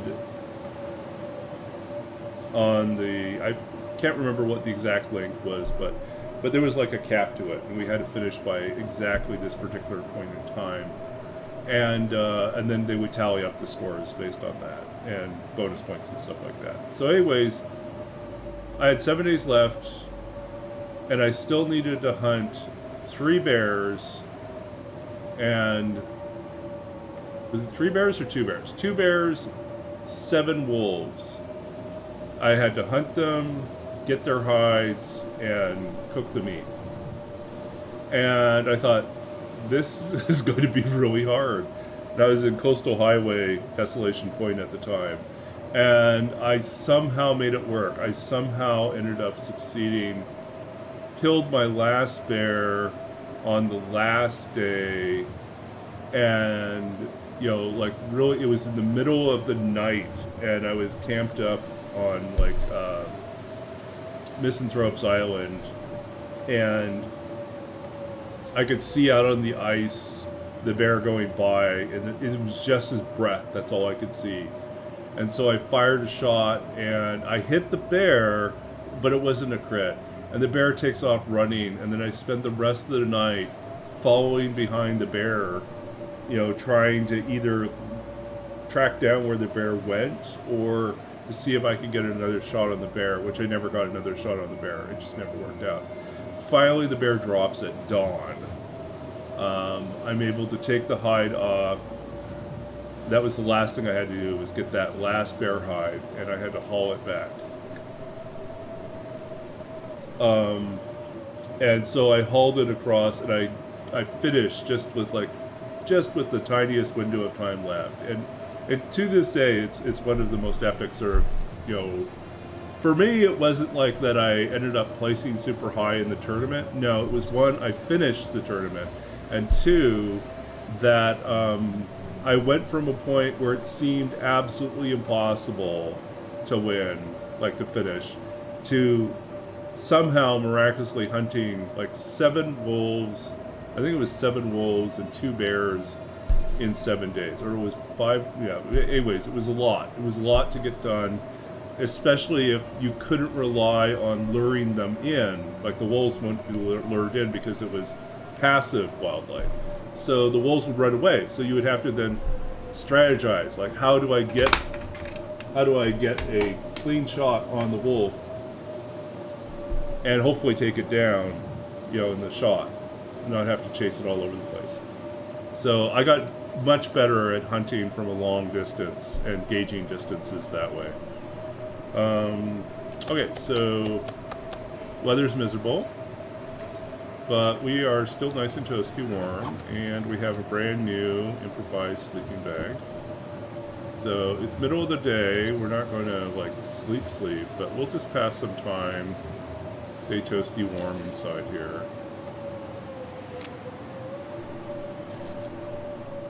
Oh, still windy. But yeah, so that's the all your bases one. You can, let's see if I have like social still work, right? Yeah. So you could check out the YouTube channel if you want to look at some of those. And then another challenge I did, which it took me, I swear, 30 attempts to beat this challenge. And it was a challenge that I had called called, whatchamacallit? It was called, let's see if I can have it, Roll With It. So the Roll With It challenge, it's an interloper challenge, and it involves rolling a bunch of dice. Basically, the amount of time you stay in each region is randomly determined when you enter the region. So when you spawn, you roll a d10, and it tells you how, a 1 to 10 on a die tells you how long you're going to be there. And then you can't leave early. You have to leave the day it turns over, and you have to be out by midnight. And regardless of weather, regardless of circumstances, sometimes you'll have just killed a bear, and it's time to leave. And it's like, I can't even harvest the bear. I can't even cook the bear up. I'm going to have to just abandon the bear and leave.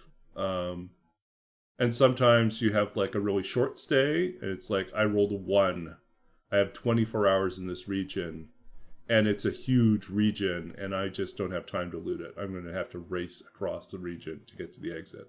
Or, zone of contamination, roll a 20. It's like, oh great, I'm 20 days in a brand new region I know nothing about. I have to survive and then get out. So I did that. I actually rolled a 20 in airfield, and then I went to zone of contamination for the first time, and I rolled a 20 in it. And it was interesting. I got lucky. I killed a bear on day 7, and I was able to get enough food to survive because of cooking 5. But it was it was pretty hairy. So yeah, and you had to visit every single region on that challenge. So every single region in the entire game has to be visited, and you have to spend whatever time. And if you re-enter a region, you have to roll again.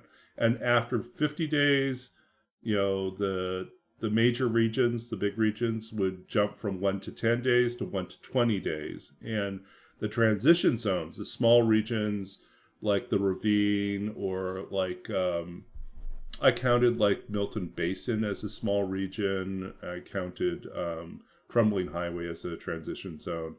These are regions that you are not supposed to stay a long amount of time in. The amount of time you stayed there went from 1 to 4, to 1 to 6, to 1 to 8, to 1 to 10. So you could get stuck in Crumbling Highway potentially for 10 days if you arrived too late in the game there and you were very unlucky. And so it made for a really interesting challenge because you are not in control of the schedule. It's the dice. And then you have to make your life work around that. Then you'd also have to strategize too. If you know that the next region has no resources because you already looted it, and you already killed everything and nothing has respawned yet, then you know that if you have to re-enter that region, you're going to have to haul food in just so that you can make it work. So you have to plan. And then sometimes you get into some strategies are I'm going to travel there a day early and just basically get as much stuff there staged, ready. Oh, and the time that you have to, your clock is based on when the time turns over in the journal. So when we go to the journal page here, not this one, but in here. So this is based on your spawn time. So if you spawn at 9 p.m. at night, so it's already dark out, you have 3 hours from when it switches over to midnight to get out. That's terrible. Whereas if you spawn in the morning, then it's you've got a whole day to get out of that region. So yeah, so our 330 or 303 day interloper was our successful completion of the Roll With It challenge. So this challenge that we're doing right now with the random custom settings, I think I've set I've set like an arbitrary goal of like surviving 50 days and trying to get to like a stable situation by the end of the 50 days. So we're close to that. We're close to being stable. We've got like good gear. We're well fed. We've got a good bedroll. Everything else is good. Let's see, is there anything else we can craft here? Yeah. But yeah. So, and then when the 50 days is up, we're going to probably do something slightly different, which is that we will do the random generator again. But this time I will actually...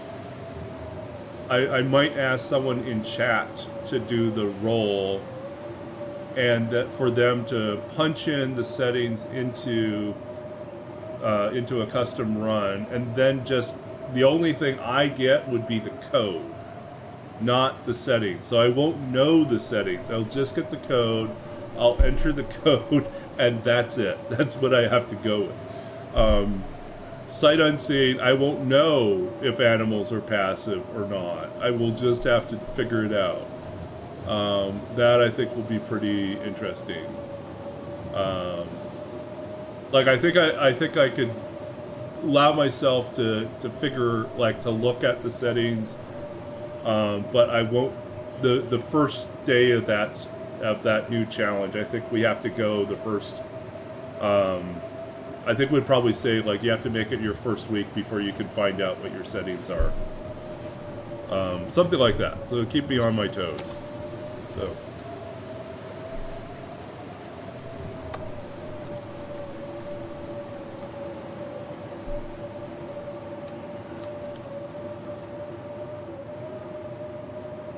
Okay, so. Big storm out there.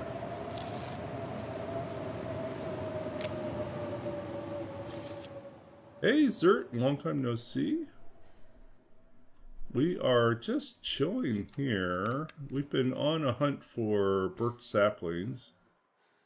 We're going to stick our head out here for a second. Let's see what else. What else are we carrying that's kind of heavy? I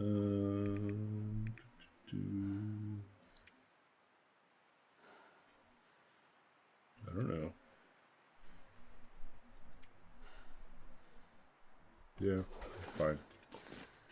We'll pop out here for a second and see if we spot any saplings now. I am excited about cougar. Oh, and Zert, I think you have not been around for a little bit. We are currently doing a new type of challenge, one which is a custom run with completely randomized settings. You know all the regions by heart? Well, that's better than me. I definitely have preferences. Like, I've been to all the regions, but I won't necessarily say I know all the regions by heart. I can get lost still in parts of Bleak Inlet, parts of HRV.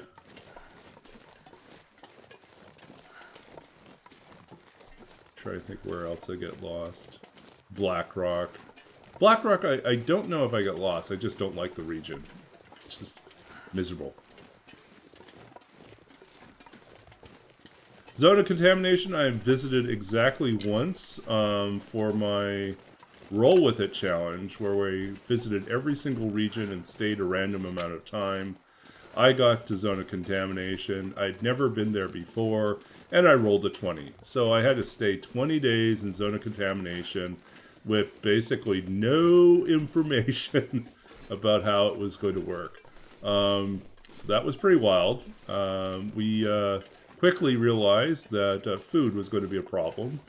But I got lucky. I killed a bear, and I ended up with enough food between the cattails, the rabbits, the carcasses, and a rather fat bear that I was able to stay 20 days and stay well fed.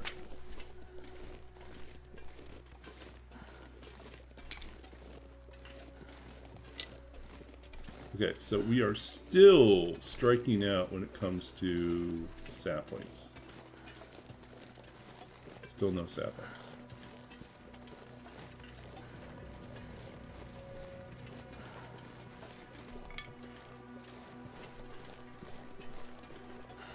Yeah, the no food thing. There's like, I think the best thing that happened to me was I killed that bear. And I had cooking 5 already, so I could just eat that bear. But, yeah, if I hadn't killed the bear, 20 days would have not worked at all. I would have lost the run. Or would have had to give up my well-fed, and then that would have slowed me down tremendously because of how much I depend on being able to haul resources with me. Of course, I was using the travois as well, so that was helping me a lot.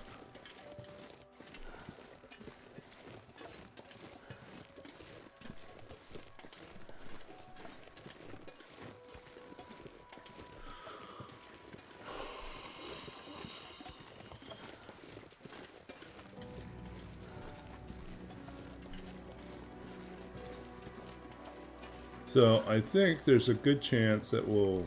I don't know if there's a good chance. There's a chance that next stream when we go over on this side, wander through here, we may finally find some saplings, some birch saplings. But, yeah, everything is scarce right now. It's interesting how much of a difference the low setting on harvestable plants makes. You know, at first you think, oh, it's only really going to impact, like, getting mushrooms and rose hips and, like, food type things. And then you realize, no, they count saplings as harvestable plant life. And when they're scarce, your production of bows and arrows grinds to a halt. And you get into my situation right now where I've got 35... Well, I've made some more, like... Oh, did we lose one? We must have lost one somewhere. Okay. So, we've got 37 arrowheads.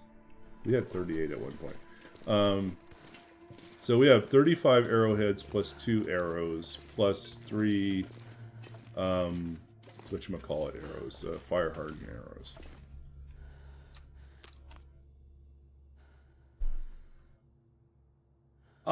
I think the travois is really, really useful for certain types of situations. In certain regions. Certain regions, the travois is just absolutely a nightmare to work with because you have to keep dismantling, well, you keep folding it up. Like, you have to empty it and then fold it up and then haul stuff in, like, multiple trips because, like, you can't take it up ropes. You can't, there's, like, a number of places where you just can't take the travois because it's too steep. So that means that you have to then do multiple trips to haul everything up to the flat level surface that you can then use the travois on. So going through Forlorn Muskeg, for instance, is fantastic. It's a great, great, great use. You can... Yeah, there's so much of Forlorn Muskeg, just works great with the travois. Broken Railroad, same thing. Pretty good, most of Broken Railroad. Far Range Rail, pretty good. Forsaken Airfield, pretty good. HRV, not so great, honestly. You know, there are parts of it that if you're on the riverbed, it's fine, but other places you might not. And if you're hauling meat and you're going through Black Rock, yeah, it's really risky. I wouldn't recommend it.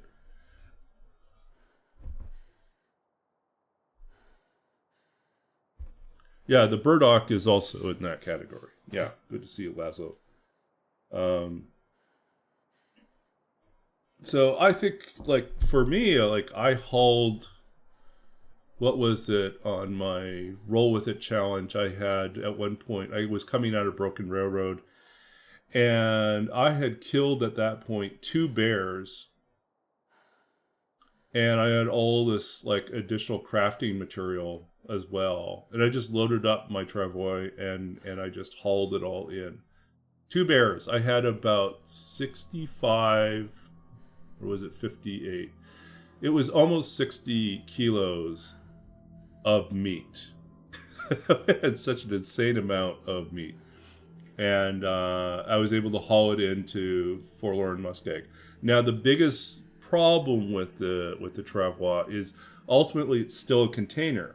So you cannot leave low quality items in there because they will disappear.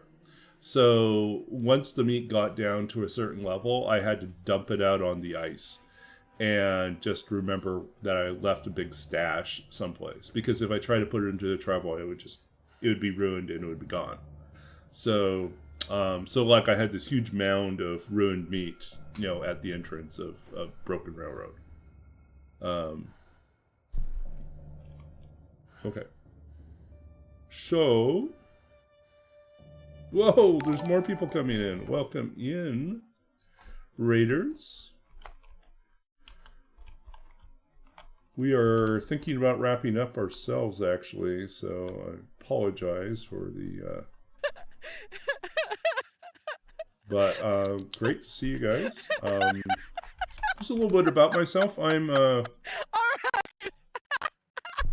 mostly a TLD streamer. I'm also a writer. I'm the author. Hydrate cooldown. I thought it was funny that Darg would hydrate 3 times in a row and didn't want to take that from her. Yeah.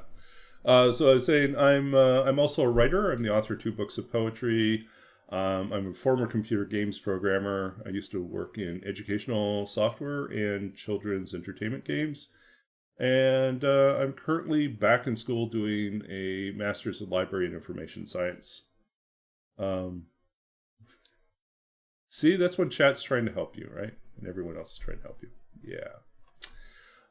So that's kind of, I'm a mix of different things. And I'm also a longtime D&D player and DM. So lots of stuff on this channel. Normally, I don't know, we'll see. Maybe since everyone's here, we might stick it out for a few more minutes. But we're currently doing, if you're not familiar with Long Dark, it's a survival game set in the Canadian North. After the entire electrical or power grid fails due to a mysterious electromagnetic storm. And the region you're in is already economically depressed and mostly emptied. So there's very few people left and they're all dead. Everyone froze to death, except for you. So that's Long Dark. The challenge we're doing is I'm doing something that I came up with about a week and a half ago, where I basically thought it'd be kind of fun to do a custom run in which all the settings were randomized. So I didn't have any sort of deliberate plan. I just wrote a generator that would randomize the settings. Hit generate, get a list of settings, punch it in, and then we start up. and it's really strange and at times oddly difficult. At times there are some things about that make this a little bit easier and some things that make it pretty challenging. Our biggest challenge right now is hunting, because there is an extreme shortage of harvestable plants, which includes the saplings I need to make arrows. And there are no guns in this run, so there's no revolver or rifle. So we've got a whole pile of arrowheads and not enough arrows. We've got 2 arrows right now.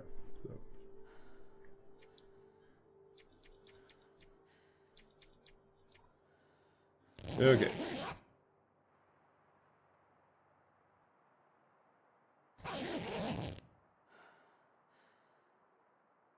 But yeah, if you want to check out that generator, you're welcome to. Yeah. Hopefully those are working. Did it work? Did it sound properly?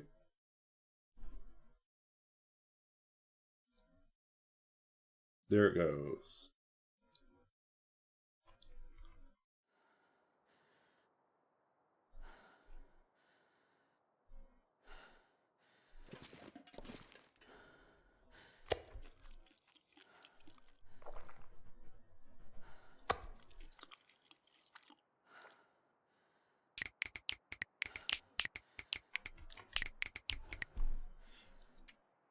I'll have you know, I created all my annoyed cat sounds on my own.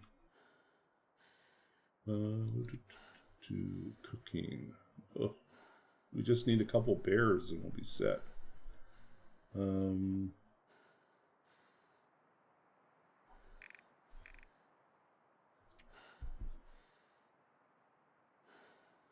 37 days.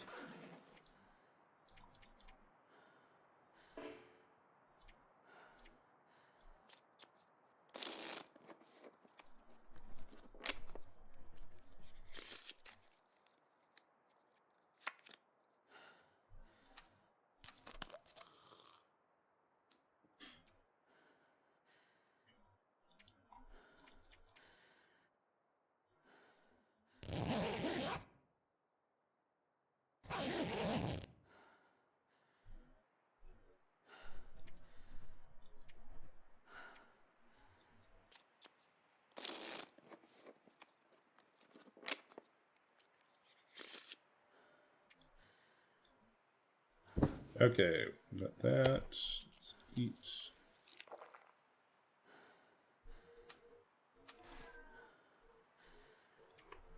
Actually,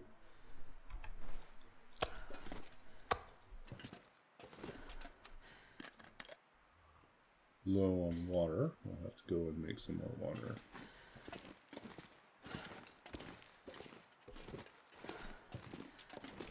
Okay, so off we go here. I guess we'll stick it out for a little bit longer, just because we got so many raiders coming in. Entertain our guests.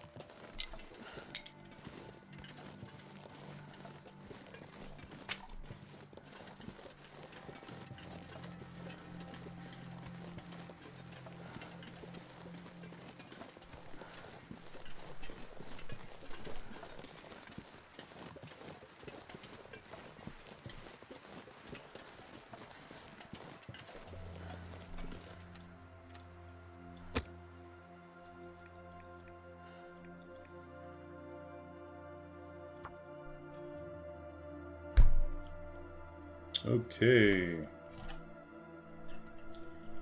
Come on, little fire. It's nice to finally be in next category of fire starting.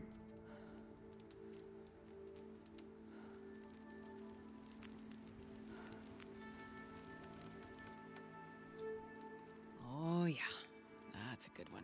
41 sticks. Yeah, we definitely need to do a little boiling of water.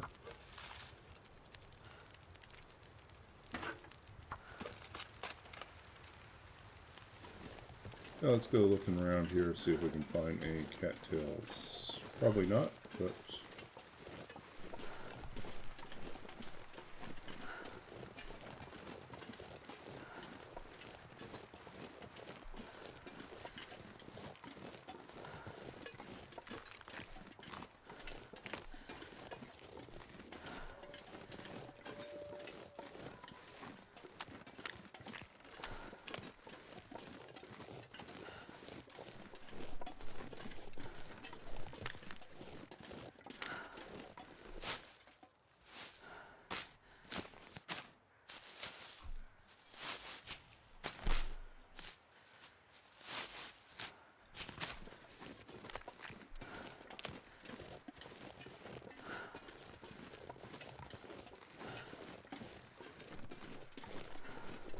I'm gonna see if there's some unfortunate carcass or corpse that has a arrow or a new bow on it.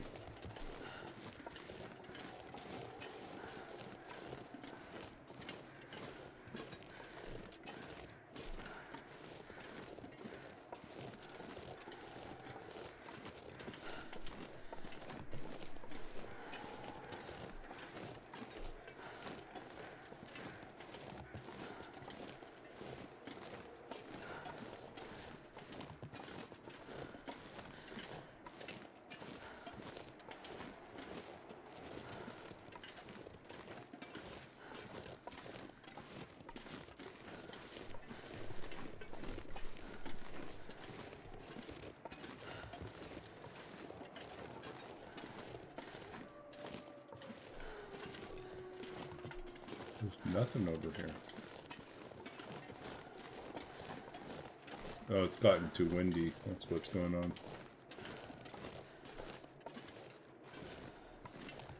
What do we got? Spray paint. Not useful.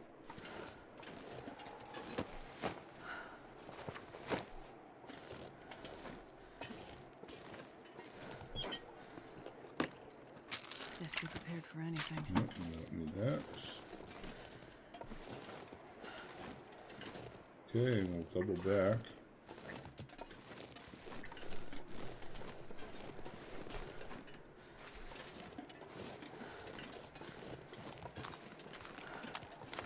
Hopefully our water's almost boiled now. So.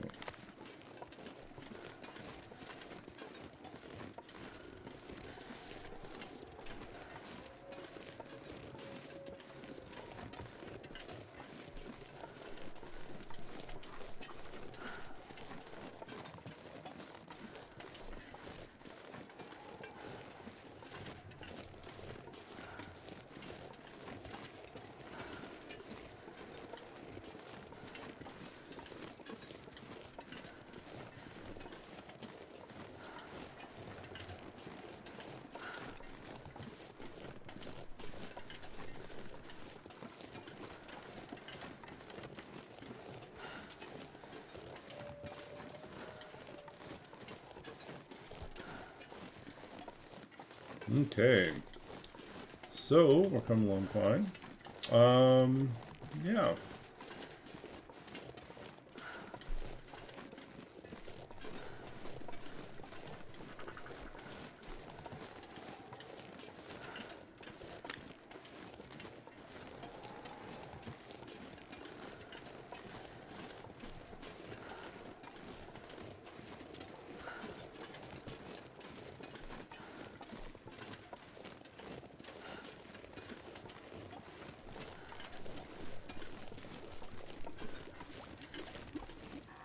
And that's boiled.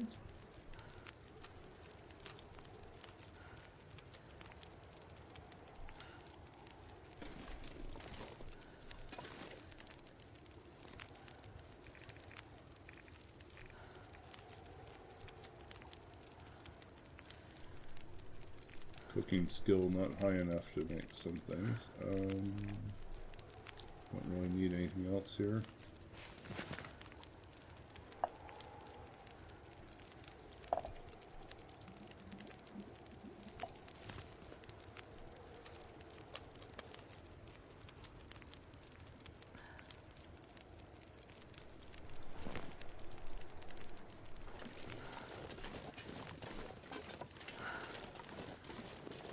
So I think we're going to go over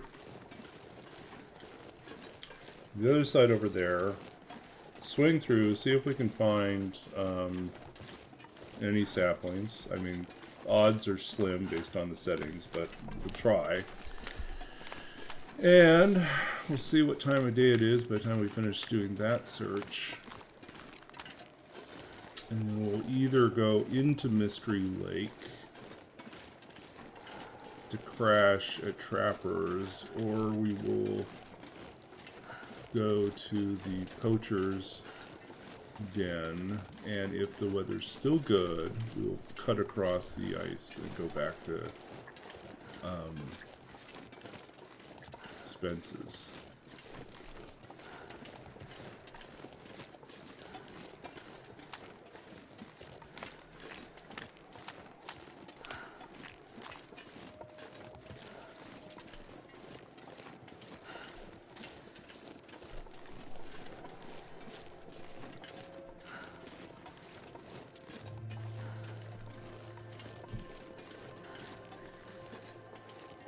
But yeah, these saplings, rare as hen's teeth.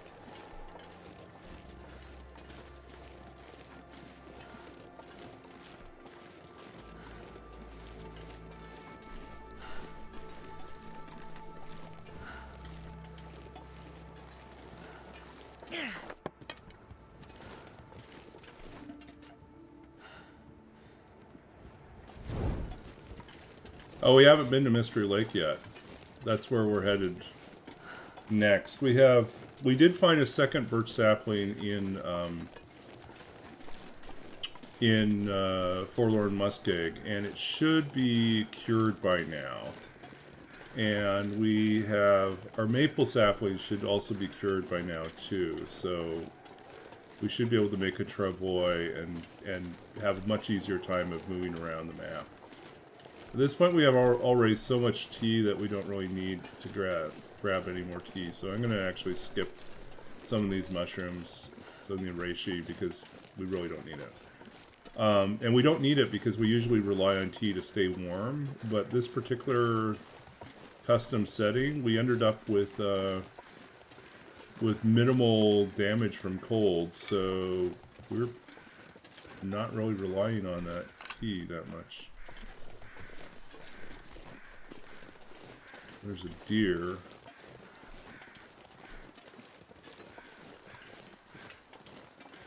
But I think our goal is to keep moving. We want to make certain we're still moving.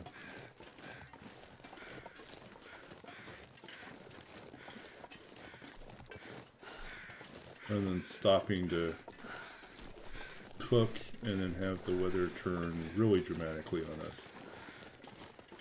So far, nothing looks like saplings.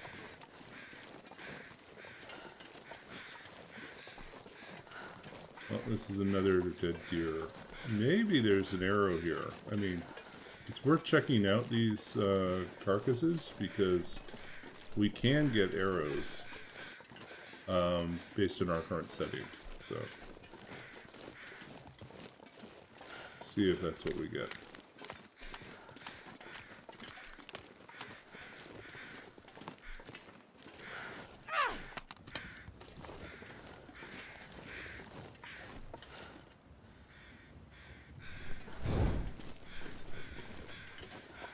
And we want the feathers because we have a lot of arrows to make.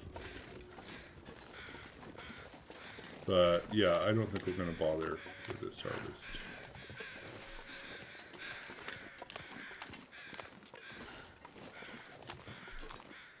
Actually, we could do this.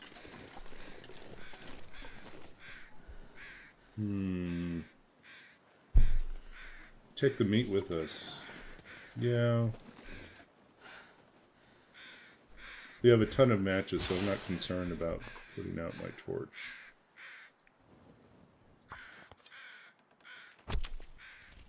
I should have hacksawed this one.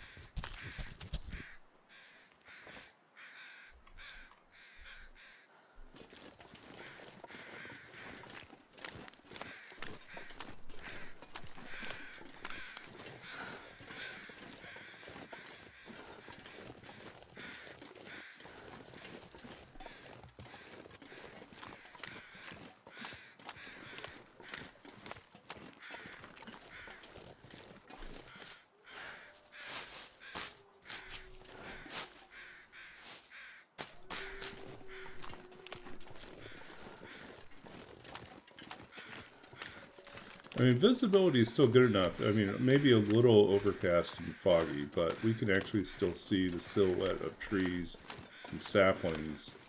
And I don't see any saplings, so...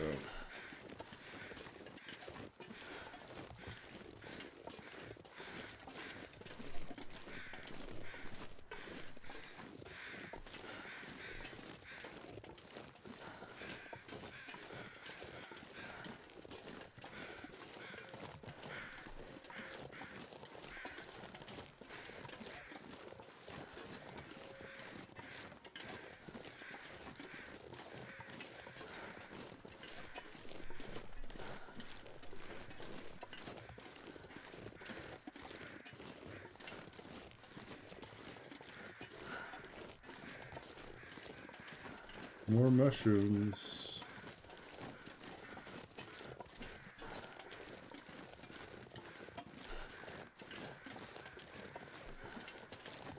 I'm not seeing any saplings. Although it's getting pretty foggy now. Okay, in this level of fog,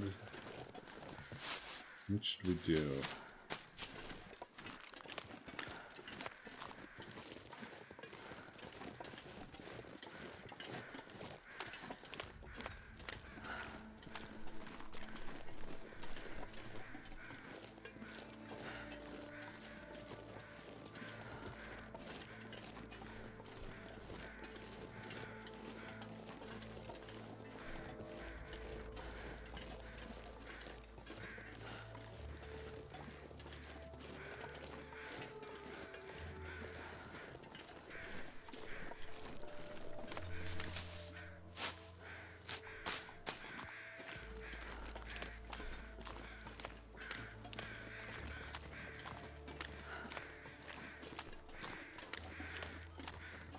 Yeah, I'm trying to decide if I want to go camp at Poachers.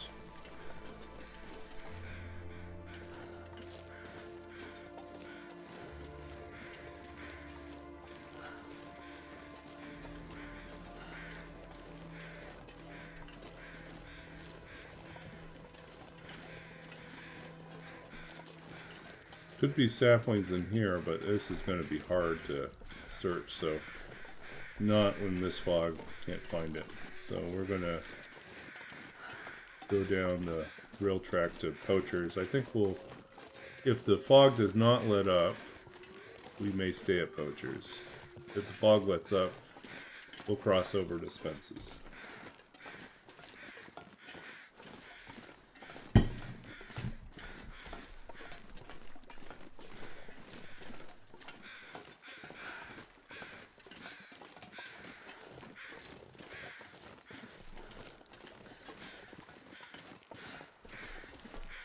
But this way at least we can see where we're going. And just follow the railroad track and we'll get to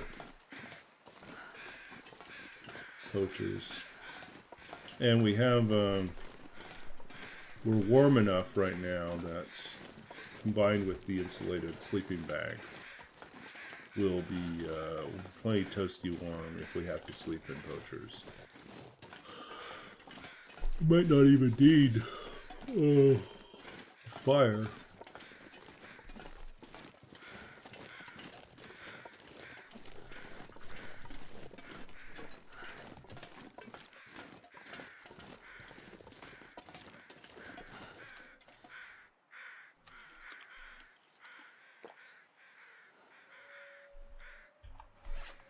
Make certain we eat the cooked, not the raw, right?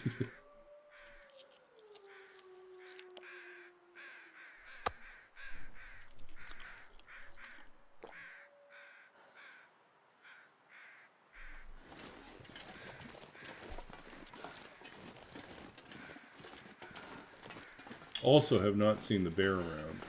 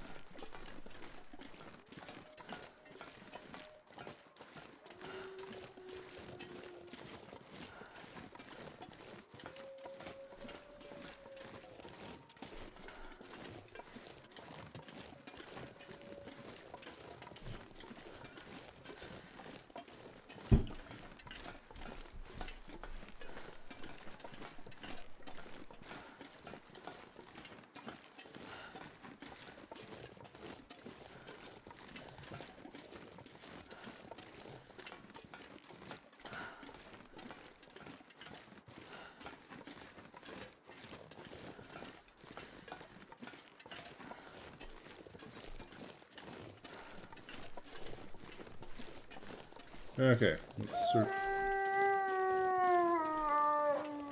Well, there you are. Wolf over there.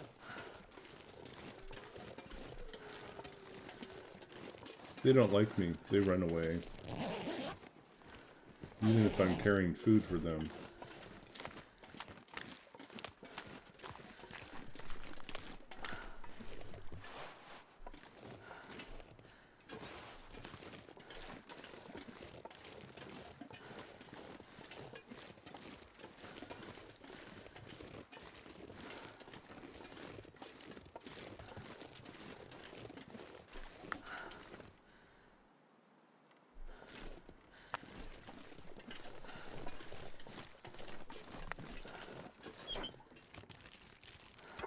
Hope nobody needs this anymore. Nope, we don't need it either. We're not going that direction.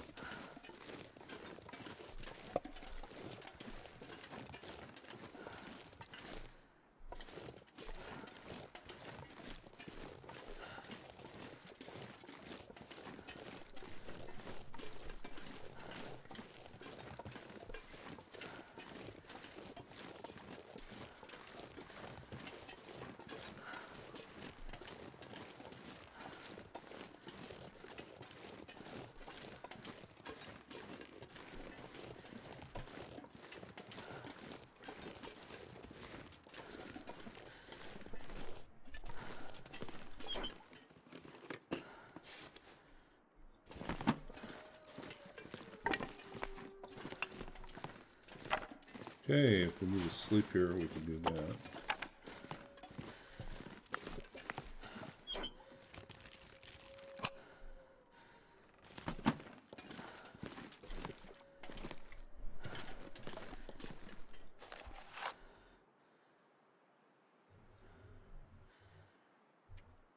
Okay, where is it? Memento cache.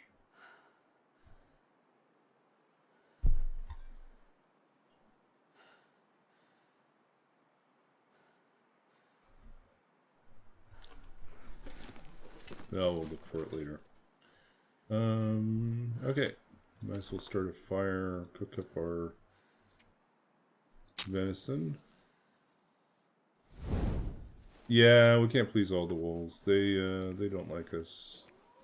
They don't want to eat us, though. They just want to run away.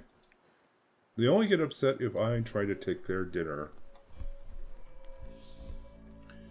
Like towards the beginning of this run, I was in Broken Railroad, and I Come on, little fire. Come saw a wolf take down a deer, so I approached and I threw a torch at the wolf, and the wolf decided to attack me. So it's like, maybe that's not going to work that way. I had no other weapons, really, so... And it was a silly thing to do. I thought it would just scare them away, but that's not what happened. Okay.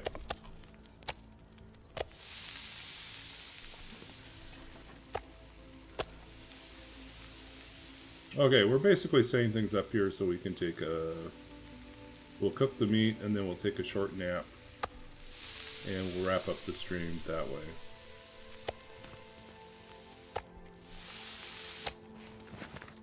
So 2 hours here.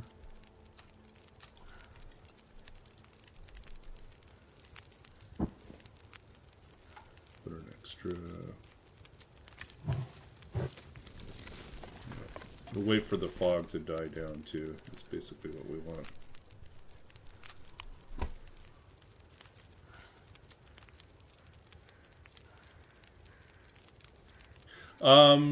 So for this one, if you check out the... I took a nap earlier today, that's why I was able to do this.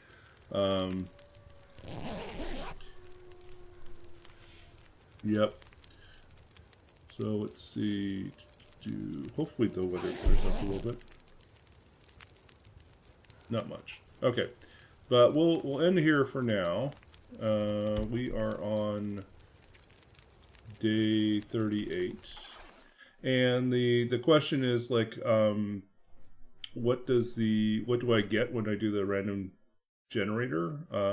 I get a list of I know in advance, well, I know from the generator what my settings are. What I was proposing is that the next time we do this, someone else runs the generator, punches it into the long dark for a custom run, and then shares the code with me so that all I see is the code. I don't actually see the settings. But if you do want to see what it looks like, the generator looks like, let's pull this up here. No, this is not what I want.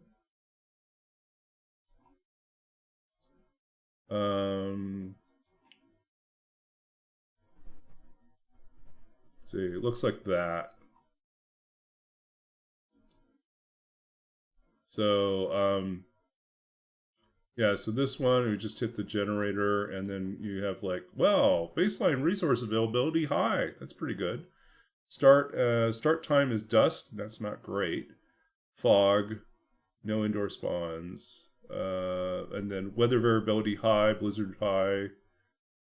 But it's slow in terms of getting colder.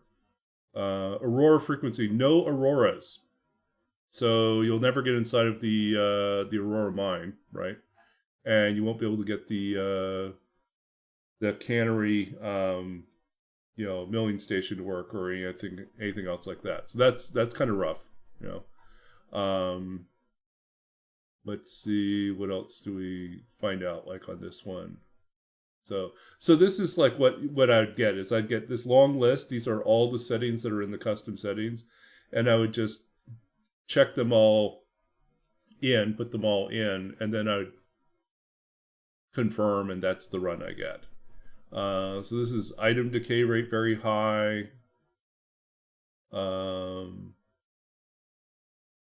Starting gear medium. So this one has no rifle or revolver again. So this was not too bad. Oh, look at this. This is rough. Wolf spawn low, timber wolf medium, no deer, no rabbits. Oh,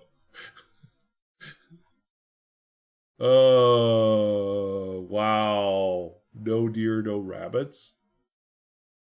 Wow. You're just living off of fish. Wow, that would be rough. Okay. Anyways, so that's kind of what you get.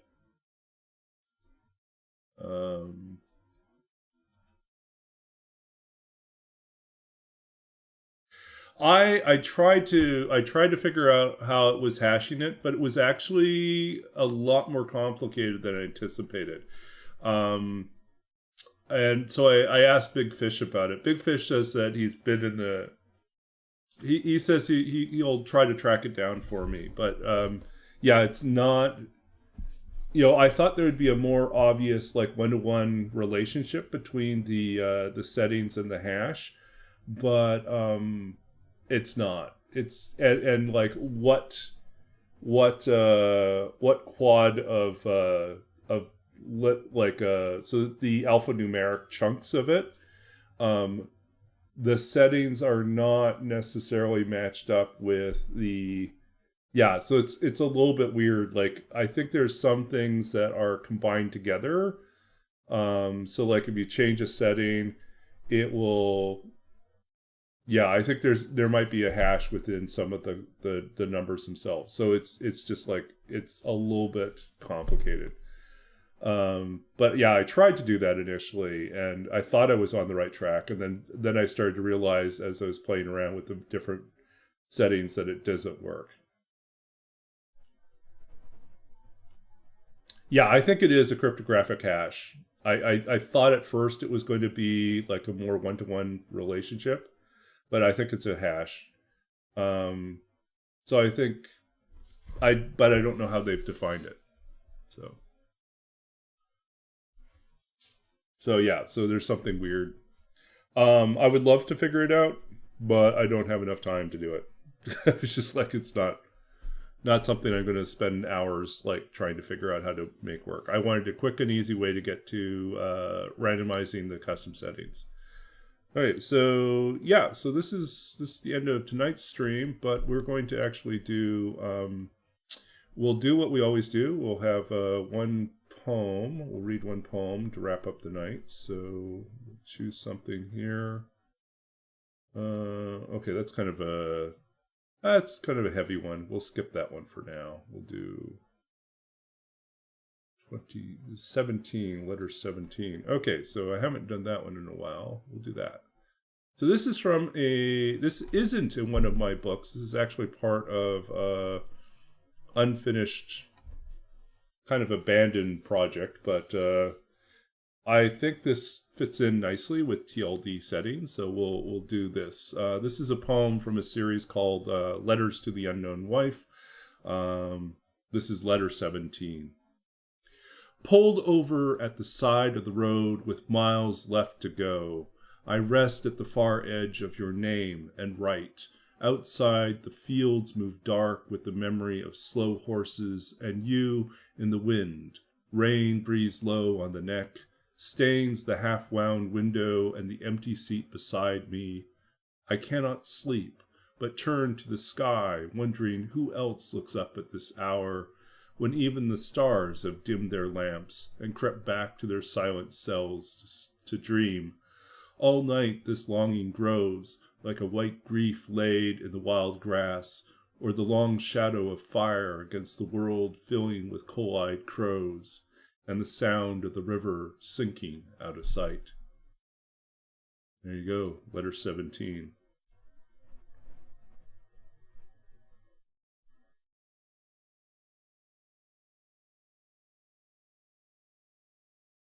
Yeah, I don't know the specifics of I didn't look very deeply into what they were doing. I just determined quickly that it was not going to be a simple it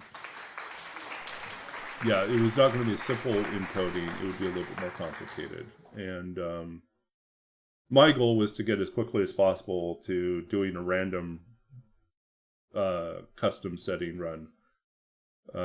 Like I wrote it on a Sunday morning and I wanted to have the run Sunday night. So I was like, I was not going to spend like another 3 days trying to, reverse engineer whatever the hash or the encryption they were using to make the codes. So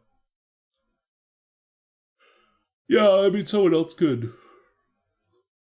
reverse it or do an analysis of it. But yeah, so anyways, I'm done for tonight. We will find someone to raid. Thank you, raiders, for coming in. We've had multiple raids tonight, and it is much appreciated. Thank you, Cassandra, and thank you, Talgat, for the follow. Thank you, thank you for for hanging out and being good people. We are going to track down someone we can raid. So let's see here what we got. We've got Slid. Wow, I don't really recognize anyone else. So I guess we're going with Slid. We'll drop in on Slid. So Slid Holmes is a longtime TLD streamer and a fantastic player. I do recommend following him, checking out his content. He usually is mic off, so we don't actually get to hear Slid, but Slid does interact in the chat and is a very talented Loper and I think Nagoa player these days. So we'll get ready to raid. Thank you for hanging out. I'll be back most likely tomorrow night as well. So see you then.